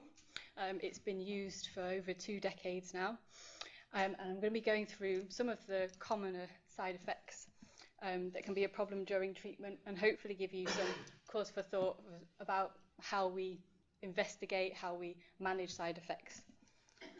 So, as Professor Denning has gone through sort of in some detail, Aspergillus can cause a whole range of disease in humans. It can cause chronic disease, which, as you know, people with chronic aspergillosis experience chronic fatigue, breathlessness. They bring up large amounts of sputum, which, as you can see here, can contain significant amount of blood, and you can see here that it can result in multiple cavities that contain fungus, and it can be a big problem. It can also cause allergic disease, as you know.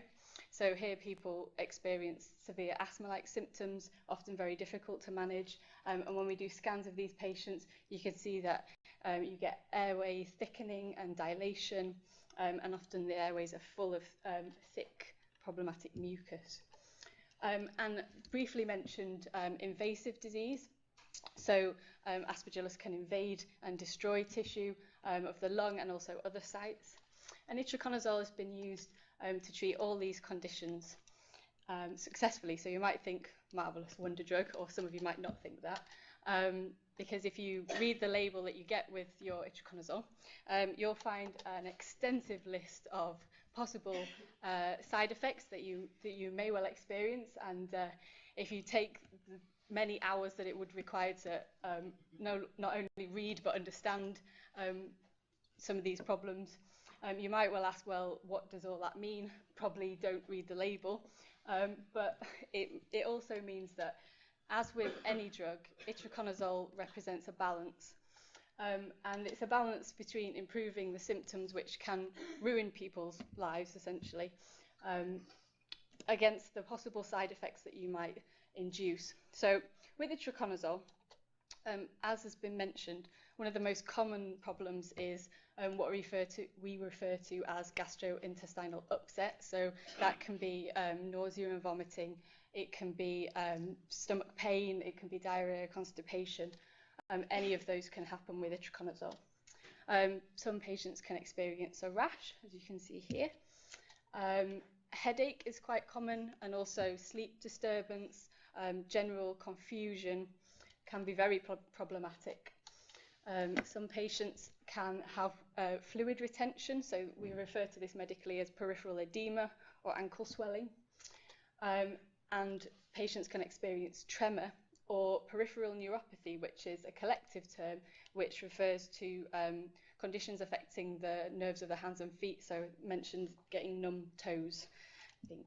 So just to give you an idea of how common these problems can be, because it's all very well feeling it yourself, but you don't know whether or not that's a very common thing or if it's very rare.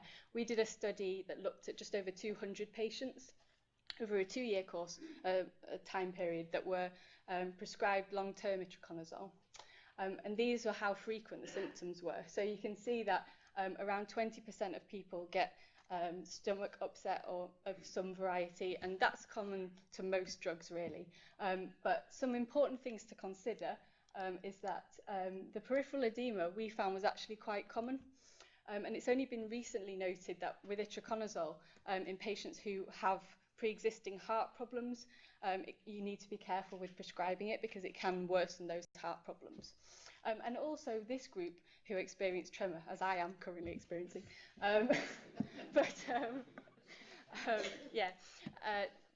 These patients who get peripheral neuropathy or tremor, it can be extremely problematic, and it can last for a very long period of time. So it's important that people are aware of this if they're going to be receiving itraconazole. So it is really a balance. So a good question would be, is there any way that we can avoid these symptoms occurring in the first place? And there are things that we can do, such as timing when you take the drug. People who maybe get drowsy or experience confusion might want to take it at night time, for instance. Appropriate dosing of the drug. So some clinicians work upwards or reducing the dose if there's any problems. But one important factor, which isn't very well understood, is that the risk of side effects might be related to how much drug is within the body at any one time. You might think that if you give the same dose of a drug to 2 people, that they would have the same amount of drug in their body as a result. But actually that isn't the case. Some people clear drugs from their body very quickly relative to others, and you can't often predict that. So one thing that is done with itraconazole, and I'm sure many of you had numerous blood tests and are sick of having blood tests, is that we measure the level of itraconazole within the blood. However, in order for that to be a useful piece of information, we need to know 2 things in terms of side effects. We need to know whether or not there is actually a relationship between having a high level and having side effects. And we need to know whether or not there's a point where we can say that a boundary, for instance, that above which it's too high. So what do we call too high? And those are the 2 pieces of information which we haven't really had in the past, and which the study that I mentioned tried to address. Okay, so we got this information. So there's a few things that I want to point out to you. This graph shows itraconazole concentration along the bottom, as you can see, and the probability of side effects occurring up the side as a percentage. So the first thing is that the line does increase. So that does tell us that there is a relationship between having a higher level and having a higher risk of having problems. So that is useful. It means that we might want, if we measure a high level, we might want to reduce the dose, and we'll know that, well, it's more likely that we're going to improve the side effects. However, you've probably noticed that this line is almost totally straight. So there's no point where we can definitely say above that level it's too high, the risk is too high. If we do that, it's an arbitrary point. And the third and very important point is that even at very low levels of itraconazole in the blood, there's still almost a 1 in 5 chance of having a side effect, be it, if it's just simply nausea and vomiting. You've heard how that can, for patients who have to take itraconazole for a very long period of time, that can significantly impact upon their life, and it can stop them taking the drug. So there is some useful information there, but it doesn't necessarily give us a clear-cut answer. So how can we go about using this information? Well, the first thing to note is that itraconazole is not alone. Every single drug that we give and every surgery that we do does have risk. So maybe thinking of it as doing no harm is unrealistic, and what we should really be thinking of is that we should be balancing the chance of causing harm with the potential benefits of doing any particular surgery or giving any particular drug. Another thing to think about is, well, you might say, why can't we just do research before we start giving drugs to patients to find out whether or not these drugs will cause side effects? But doing research into finding side effects is actually quite problematic because, first of all, a lot of the research we do before we give drugs to patients are done on animals who obviously don't report a lot of the symptoms, which are the biggest problem for people. They're often given to healthy volunteers who don't develop side effects in the same way that maybe an older or a poorlier person would. And also, there's worth considering the long-term side effects. So it's impossible to know before if something causes a problem, say, in 10 years' time. So really, the best way to understand and predict side effects is to have a good monitoring system when patients are receiving drugs, and that's why having a National Centre of Excellence is very important and will undoubtedly help this kind of work. The most important thing is perhaps that for clinicians, doctors and nurses, numbers only help to make decisions, and when we consider these cut-offs, these boundaries, they're not true boundaries. They're just an average, and they don't refer to an individual person.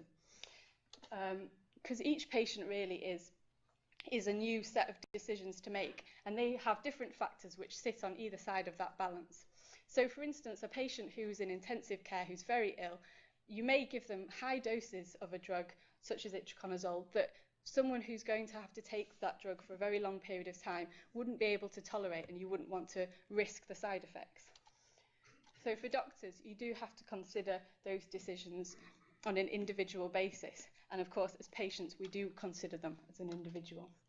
And certainly, with itraconazole, as with any drug, being forewarned is being forearmed. And so having a centre where patients can come and access expertise is really the best way of them getting the most information with which they can make decisions about whether they're willing to chance it and take a drug such as itraconazole, or whether they're not happy.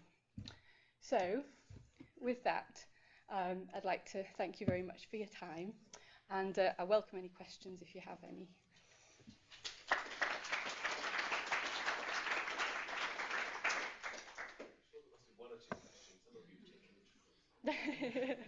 It's not my fault. I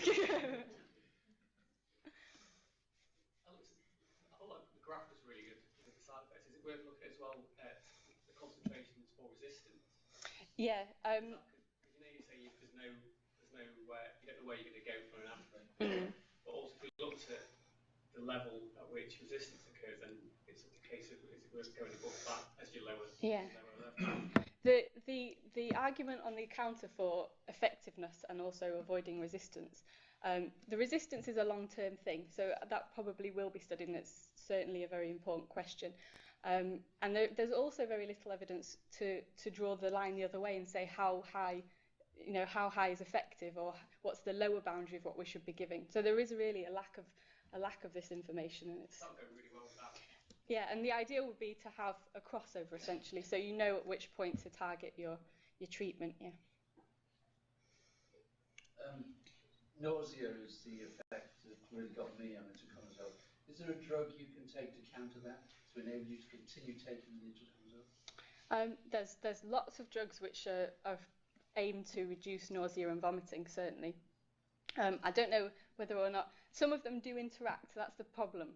That's one of the main problems with itraconazole and other azole drugs, is that they have a lot of drug interactions. So often doctors who have less expertise are scared to give other medications because they're scared that they'll interact. But there are a lot of anti-sickness drugs which are very effective. I don't know if they are used. I think that's the right answer. But it is again an individual experiment for the patient as to whether it works or doesn't work. Nobody studied it, nobody's written about it. So it's a clue that we should perhaps try and figure that out as much as we can. It's a good idea. And as a follow-up to that, you take it on empty stomach. I found that was a killer, really, because by the time you came to eat afterwards, it had kicked in and really making me feel grotty. So, is it always necessary to take it on an empty stomach? The intracausal capsules are actually best taken with food and solution. Maybe that wasn't the advice you were given, but that's the norm. Oh.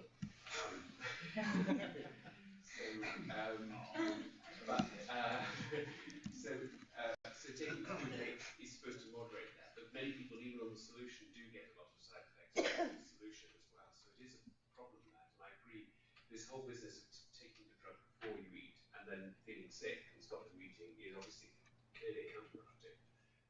It's based on volunteer studies in usually young medical students, male though, because, or other students, and they actually test the drugs with or without food, which is a sort of measured amount of usually chocolate, a sort of fatty food type of food, and work out if you get better or less absorption with or without that food, and that's where the advice comes from. And then sometimes there's data that follows later in, for example, very ill patients who aren't eating, and people demonstrate that you get very little amount of drug absorbed as a result of that. So that's the sort of data set. It has to be individualized per patient, and it isn't actually always necessary to take it as prescribed by pharmacy if you can document levels, which shows that it actually works fine. But that isn't usually done. Those individual experiments aren't done on a food versus no food basis on an individual patient very often. Well, it's such a cheap drug compared with the others. It might be worth doing that to keep more people on it. Are there any other questions or comments? The diagram that Sunil asked about sort of shows a sort of a linear correlation between sort of concentration of the drug in the bloodstream and frequency of side effects. If you were to build into that model a severity weighting, do you think that would change the shape of the curve? Well, the patients that we included in that study were, in their majority, patients taking long-term therapy who were stable, and they're the patients who are lacking in the data is lacking in supporting what are appropriate levels. So it would probably have very limited effect in that cohort of patients, but certainly you have to take it into account clinically. So yeah, it would, if you were looking at a data set where it included lots of acutely ill patients who had severe disease, then that probably would affect the severity of the side effects, rather. Oh, I see what you mean, sorry. Yeah, I mean, it wasn't done for that, so it should be, but the frequency of all the most common side effects, including the neurological side effects, all do increase. They are all correlated with the level of drug in the blood. This is a very perceptive question, but it's of course difficult because severity is hard to define. And so that the issue too, the way Jodie's defining this is that it's severe in the sense that the drug has had to be reduced or stopped in these situations. So it's whether you mean severe because you have to let a good agent go, or severe because you have a side effect that's going to kill someone.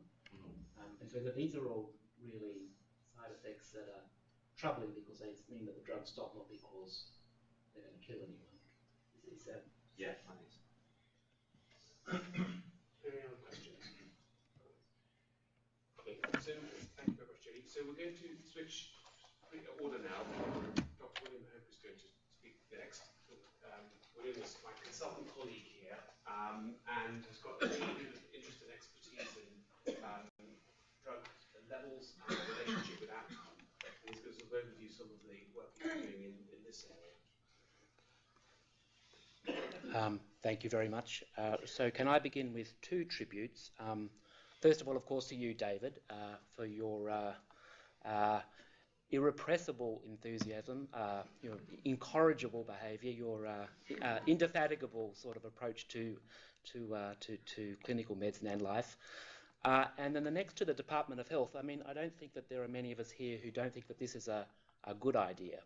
And having worked in 3 health systems around the world, the NHS is actually peculiarly, for all the bad press that you give it, or it is given, this wouldn't happen anywhere else in the world. So that this is a tremendous opportunity, and it's also an opportunity because we have a responsibility to look after everyone now, but as Mr. Allen was saying, we have a responsibility to look after the future, and this funding is an opportunity for us to develop innovative approaches, and that's what I'm going to talk about.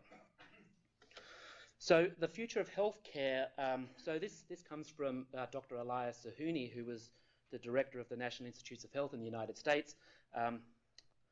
I didn't really like him that much.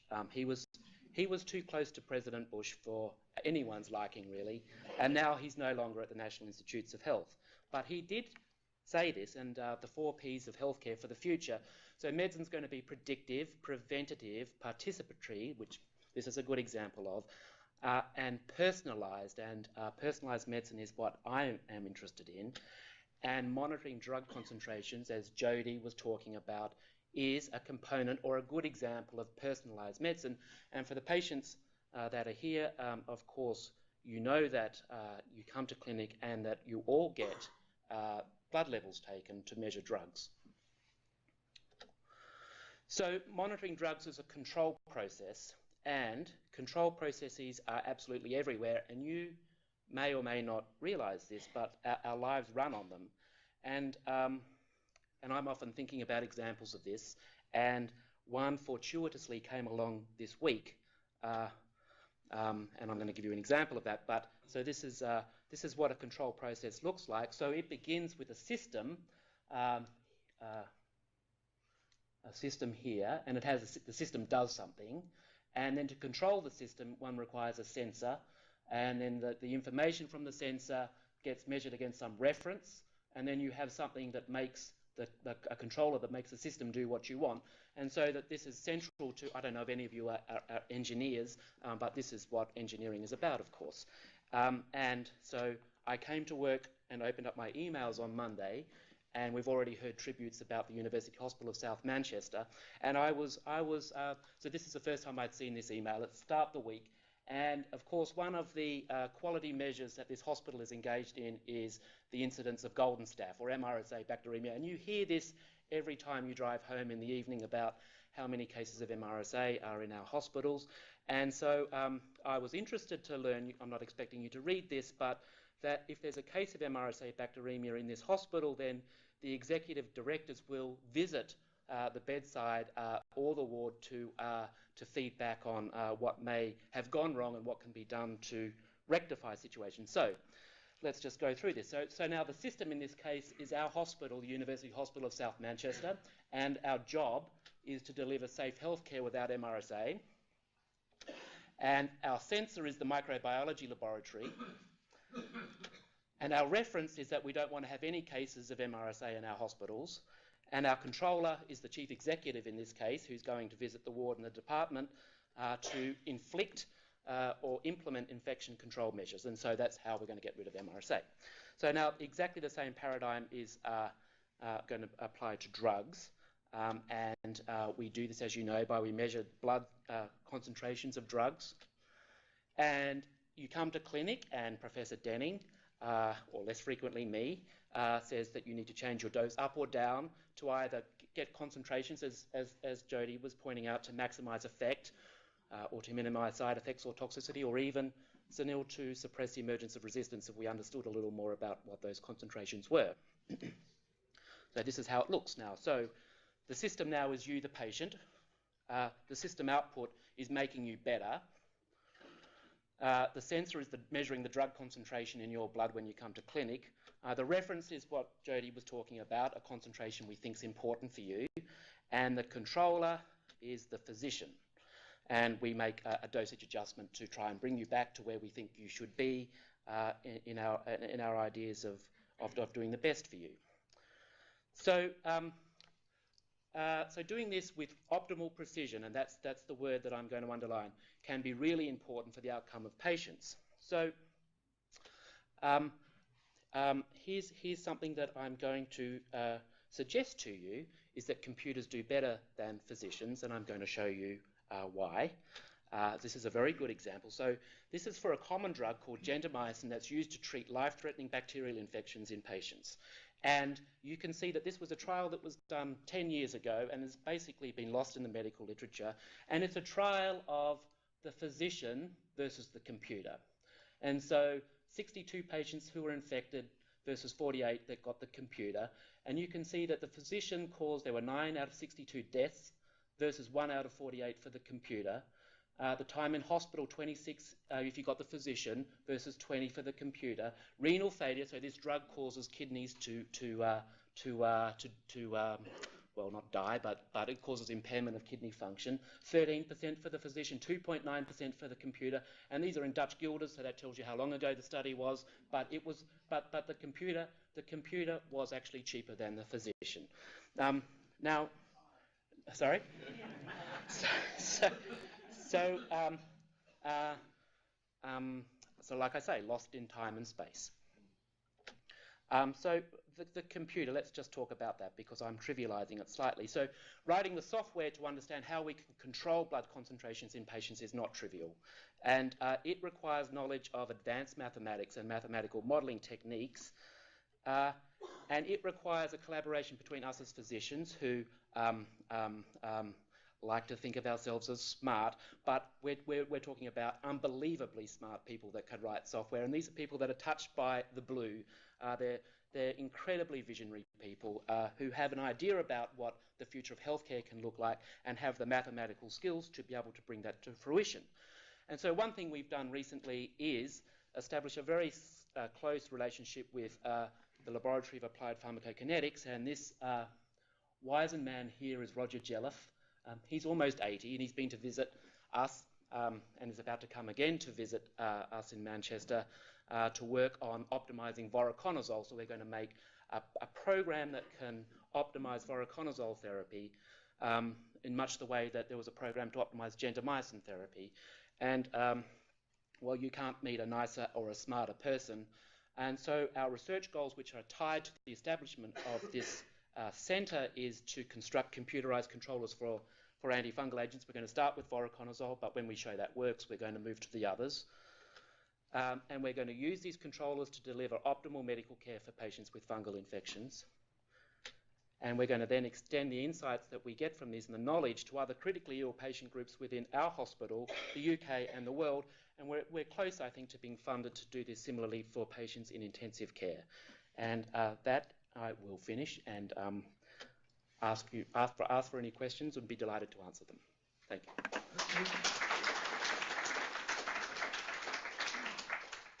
Just remind us, just so that everybody's got it, what's the normal variation in normal adults with voriconazole levels? Why bother, in other words? Yeah, so it's 100-fold. It's 100-fold in normal volunteers. The concentration even in patients who are ill and vary more than usually normal volunteers do is probably more. So some drugs are exceedingly variable, but even for drugs that we don't think variable, so gentamicin doesn't really have variable kinetics too much, but by controlling these drugs very precisely, you can do a lot of good for people. Any questions? Lives controlled by control processes. Yes. How would you intend the computer system to work? What information would you put into it? The levels in the blood? Yep. So the reason I didn't talk about this is because it is technical. So what you need to understand is to produce the software is you need to collect information from real patients and to understand how real patients handle drugs, to understand how variable drugs are. So what models are actually is they summarize our experiences of drugs in patients, and we can use those mathematical models then to control or to estimate how an individual person is handling a drug, and then to control that patient. And I don't mean in a derogatory way, of course, but to individualize therapy for those patients. So that they're using engineering processes like I was trying to illustrate. They're very similar to previous examples I've given of flying 767s over the Atlantic to America. You've got to understand, you've got to measure perturbations in the system, variance in the system, and then bring that back and control the system so you can keep the plane flying straight and level, as they say. Is this similar to like warfarin in INR? So warfarin and the INR is the physician story, right? So physicians. That's computerized as well.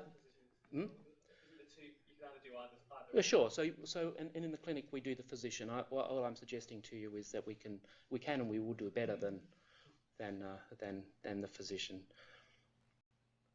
In the last of your loops, where you had the reference point and the system, the control, and so on, when you referred specifically to the drug, you had therapeutic levels as a reference point. Yeah. How do you determine what they are? So that's Jodie's work.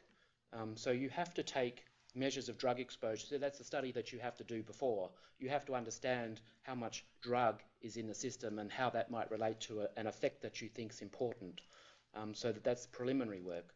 And sometimes you can get that from patients, and sometimes you cannot get that from patients. And when you can't get it from patients, you can get it from laboratory animal models or other experimental models. At least the minimum effective level. Yeah. Getting toxicity out of animals is a little harder. That's true. Yeah. I mean, you might be able to do liver function.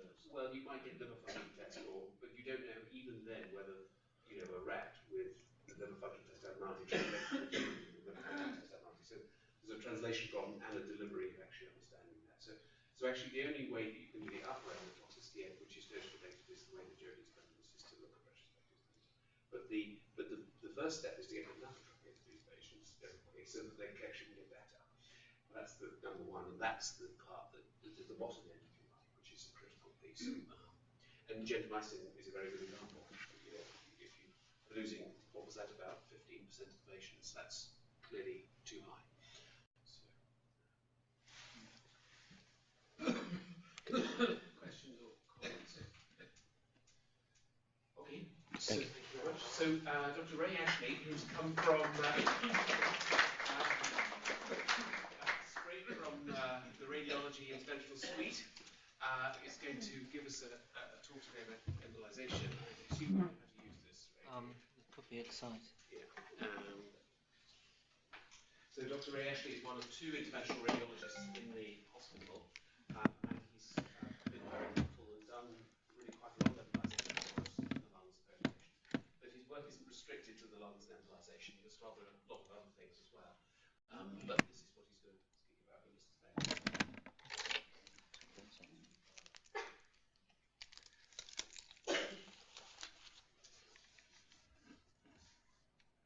Sorry, I'll just first of all, I apologise to everyone that I didn't get here earlier, and apologise to my fellow speakers that I didn't listen to them speak. No.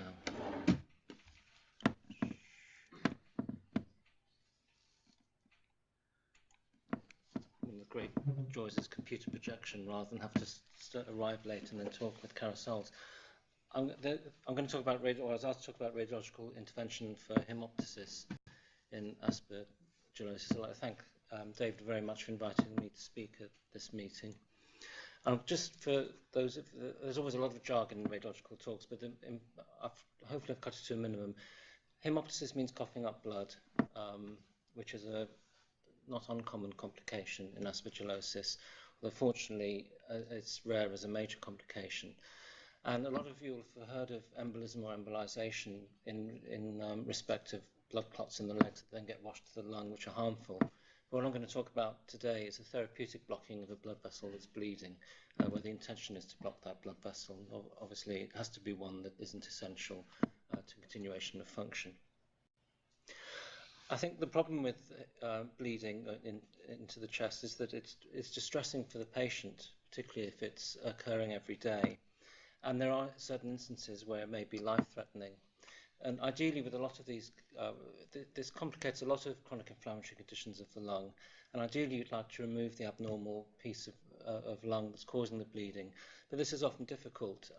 The lung function may be poor overall, so the patient can't withstand resection of part of or the whole lung. It's a technically difficult operation, particularly in aspergillosis, that can involve the covering layers of the lung as well. And there's significant risks associated with it, as indicated on this slide. The smaller figures are more recent than older data.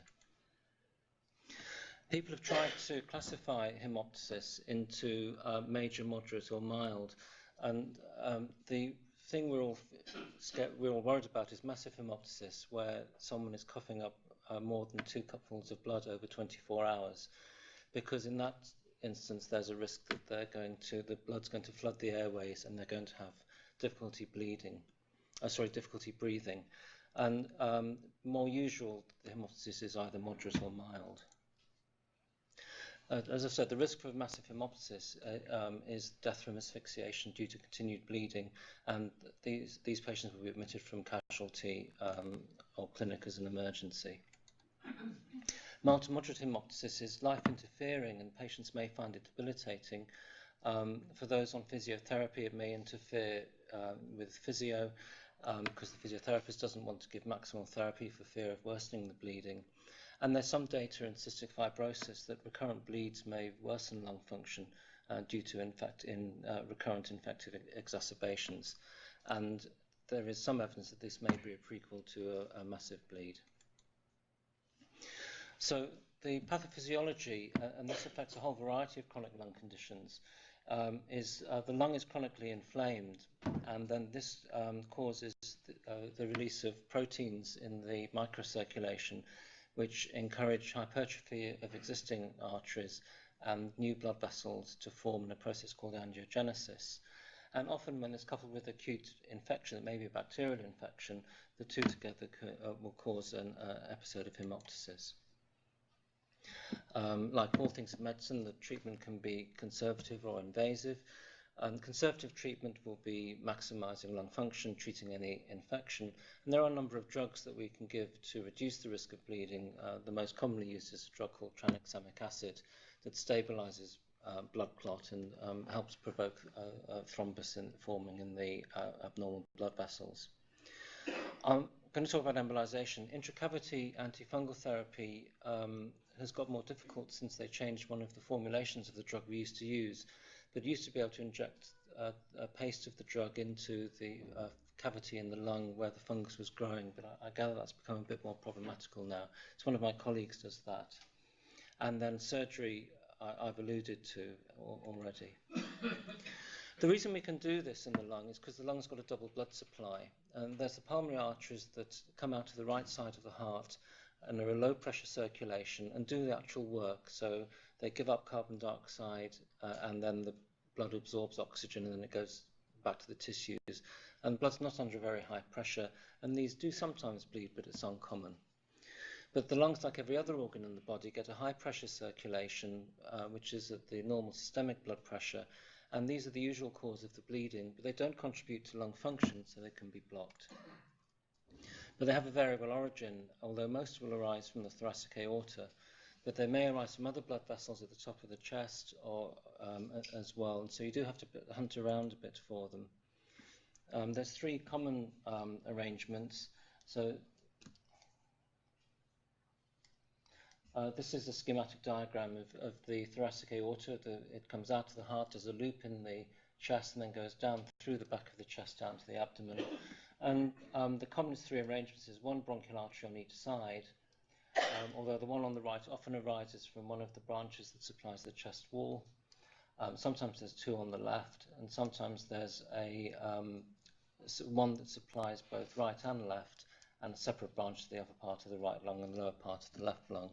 And you can see these on CAT scan, or more usually we just do an arteriogram where we inject dye into the aorta and see if we can see where they're coming from. But they can be very variable from a whole variety of branches of the aorta, the subclavian arteries. This is actually a branch arising from the subclavian artery, so a catheter has been put into the groin, goes round into the subclavian artery, round into the branch, and this is a large bronchial branch supplying quite a large volume of lung. The bronchial arteries always supply lung. They give branches to the esophagus and the pericardium, which is a fibrous lining over the heart, but rarely they can give branches to the heart itself and occasionally to the spinal cord. And this is actually an intercostal branch, but is supplying the bronchial circulation as well. And the spinal artery is a very common constant feature of this, like a hairpin type bend, and this then goes down to supply the bits of the spinal cord that control movement. And you can't block this, because if you block this, then the patient will become paralysed. So we do positively look for this during the diagnostic part of the study, and usually you have to stop if you see that. The technique is an X-ray guided procedure. It's pinhole surgery, so the surgeons now pride themselves in doing keyhole surgery. We just make a little pinprick in the groin and put a catheter a few millimetres in diameter. This can be passed up into the thorax, and there's no sense endings on the inside of the arteries, so the patient doesn't feel anything. And then can be hopefully you find the target artery, and these have little bends on so you can steer them in the patient. And they inject plastic beads to block the arteries and continue this until all the abnormal vessels are occluded. For those of you old enough to remember the advert for Home Pride with graded grains make finer flour, these are the graded grains. You buy them in as dry powder in different sizes depending where you're working, and they're suspended in a mixture of X-ray dye and saline so that you can see where you're injecting them, because obviously they don't show up on X-rays. And this always reminds me of those little toys you used to have with the shake up the snow scene at Christmas.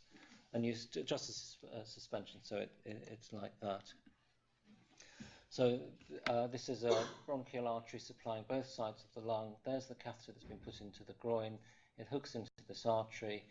We do a picture and see this abnormal circulation, and then inject the particles, and eventually it looks a little bit like a pruned tree, and all the branches have gone, and hopefully the bleeding will stop. Usually then search around for other feeders. This is similar to the patient you saw earlier. This is actually one of the arteries that goes inside the breastbone, is one of the ones the heart surgeons use as a bypass for heart disease, but it's got a branch coming off the inside supplying the bronchial arteries, and again that can be embolized. Sometimes you get a bit of a surprise. I thought this one was just supplying the left lung, so I embolized that, and when I did what I thought was a completion angiogram, it showed there was another branch that wasn't supplying the upper part of the right lung. So we got the catheter into that, and this shows a feature which you commonly see in the culprit artery that's bleeding, is you get this abnormal vascular tissue with shunting of blood from the high pressure to the low pressure circulation. That's a branch of the normal pulmonary artery, and we block this, and the particles don't go through because the communications are smaller than the side of the particle, and so that's post-embolization. Complications, minor complications are common. Most patients will get a low-grade fever following this as part of the inflammatory response to the procedure, and they may complain of what's called pleuritic chest pain. You take a breath in or cough and it hurts on one side or the other. Because some branches go to the esophagus, you may get pain on swallowing. But usually these are short-lived and usually settle down within a day or two. Occasionally the chest wall pain may persist for a few weeks, and rarely patients may require morphine or quite strong painkillers. Major complications are very rare.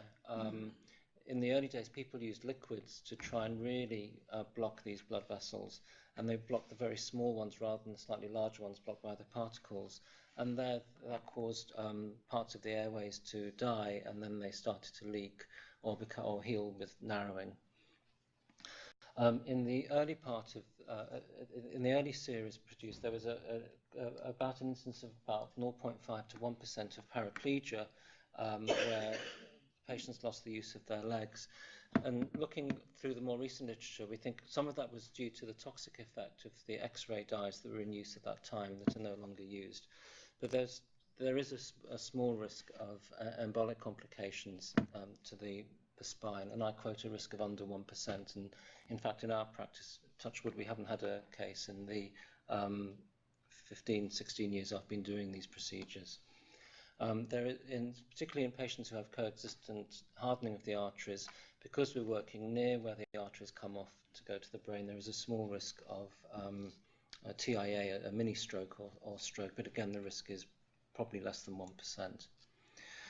The reason it occurs, even though you look for the arteries, is when you do the first angiogram, you put the catheter into the bronchial artery, so that's meant to be the spine, that's the lung, that's the catheter in the artery. You inject the particles or X-ray dye, and when you first do this, because these vessels are so large, they don't offer much resistance to flow, and they steal blood from the spinal cord, so that when you do the angiogram, you don't see this artery. As you start to block these arteries, the resistance gets higher and you get reversed flow going through into the lung. So when we do this, we tend to stop every few minutes and do another angiogram to check that there isn't any flow reversal and it is safe to continue.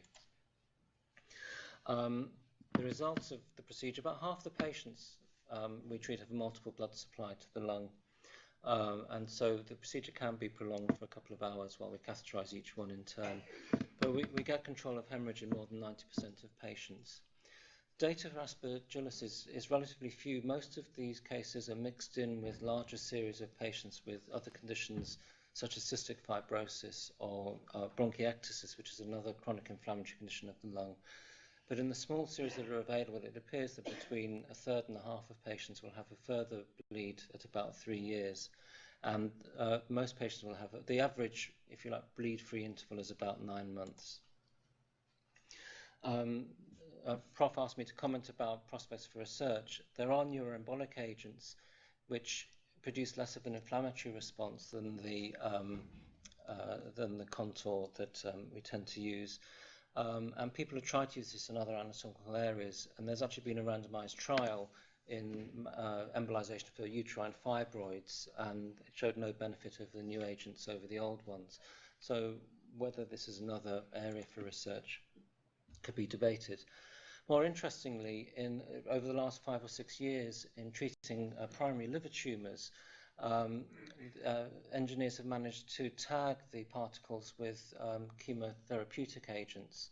And whether we can actually use this technology to tag the particles with antifungal agents to give targeted chemotherapy to the actual area that's infected with the fungus may be a chance for further research if the pharmacologist can devise a way of attaching the drugs and prove that it's not too toxic.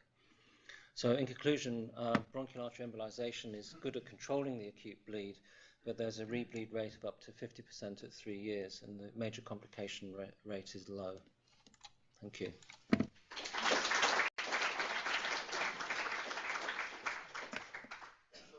of you have actually experienced this. Are there any comments or questions Dr. Ashley about this? Can you dissect? There's a mortality data that say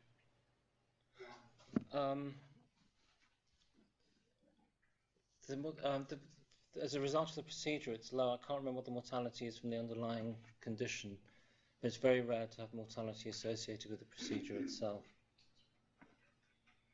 Can you dissect the bronchial artery? Is that possible? Yeah, but it doesn't seem to. Well, the only reason it's a problem is it won't bleed. If it did bleed, you could put a coil in to block the origin of the bronchial artery. The main problem with dissecting it is you then can't get a catheter far enough out to deliver the particles.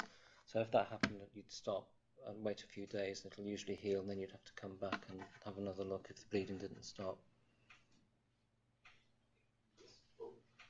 Does restriction of the blood supply to the area of, for example, a fungal infection, reduce the access of the azole drug to the There's no data. I don't know. There's no data. There's very little data in most of the big series are based on patients with chronic lung disease as a whole, and the papers on Aspergillus itself, there's only a handful of patients in each paper, so I don't think that's known. How would you, amongst the pinhole techniques that you undertake, how would you rate this on a scale from 1 to 10 in sort of ease versus close to impossible? Is it sort of compared with some of the other things that you do? It's probably somewhere so the difficult end. It's not extremely difficult or impossible. I think most of people tend to do these in big centres because they're not. If you work outside a lung centre, they don't appear that commonly. And most of my patients are from yourself or from the cystic fibrosis unit, and so we get a reasonable number here. But outside a lung centre, it's quite uncommon. It's a lot of these things. Embolization does tend to be more difficult, but the principles that are applied to this apply to all embolizations. If you're doing procedures regularly, they can be technically demanding. Is there anybody that you would turn down? I mean, probably somebody who can't give consent and all those sorts of things. But Yeah. is there a sort of, before you actually know what the anatomy is there a reason why you would say that I can't do this? Well, patients who are allergic to who are known to be highly allergic to X-ray dyes, although fortunately they're few and far between. If there's no vascular access, so patients with very severe peripheral vascular disease, and we wouldn't want to do it on someone who's anticoagulated because we'd swap them bleeding into their lungs for bleeding into their puncture site. But usually you're going to correct that anyway for the other reasons. So those are the main ones. And obviously someone who is pregnant, you'd have to weigh up the benefits to the mum-to-be and the risks to the fetus. Any other questions or comments? Okay, well, thank you very much. I think we'll close today. There might, if anybody's got any other questions they want to ask generally, they can ask them in an open session if they'd like to, or I can, if there's something that you're worried about or concerned about, I'll hang around for a while afterwards. My colleague will know if there's any other concerns you've got. But generally, I'd just like to thank you all very much for coming. I think I found it a very interesting day, and now we have been set on the road to produce this service and generate new data and provide excellent laboratory resources for patients all over the country, particularly in the Northwest. We've got our marching orders. We now need to deliver on it. Thank you all very much for coming.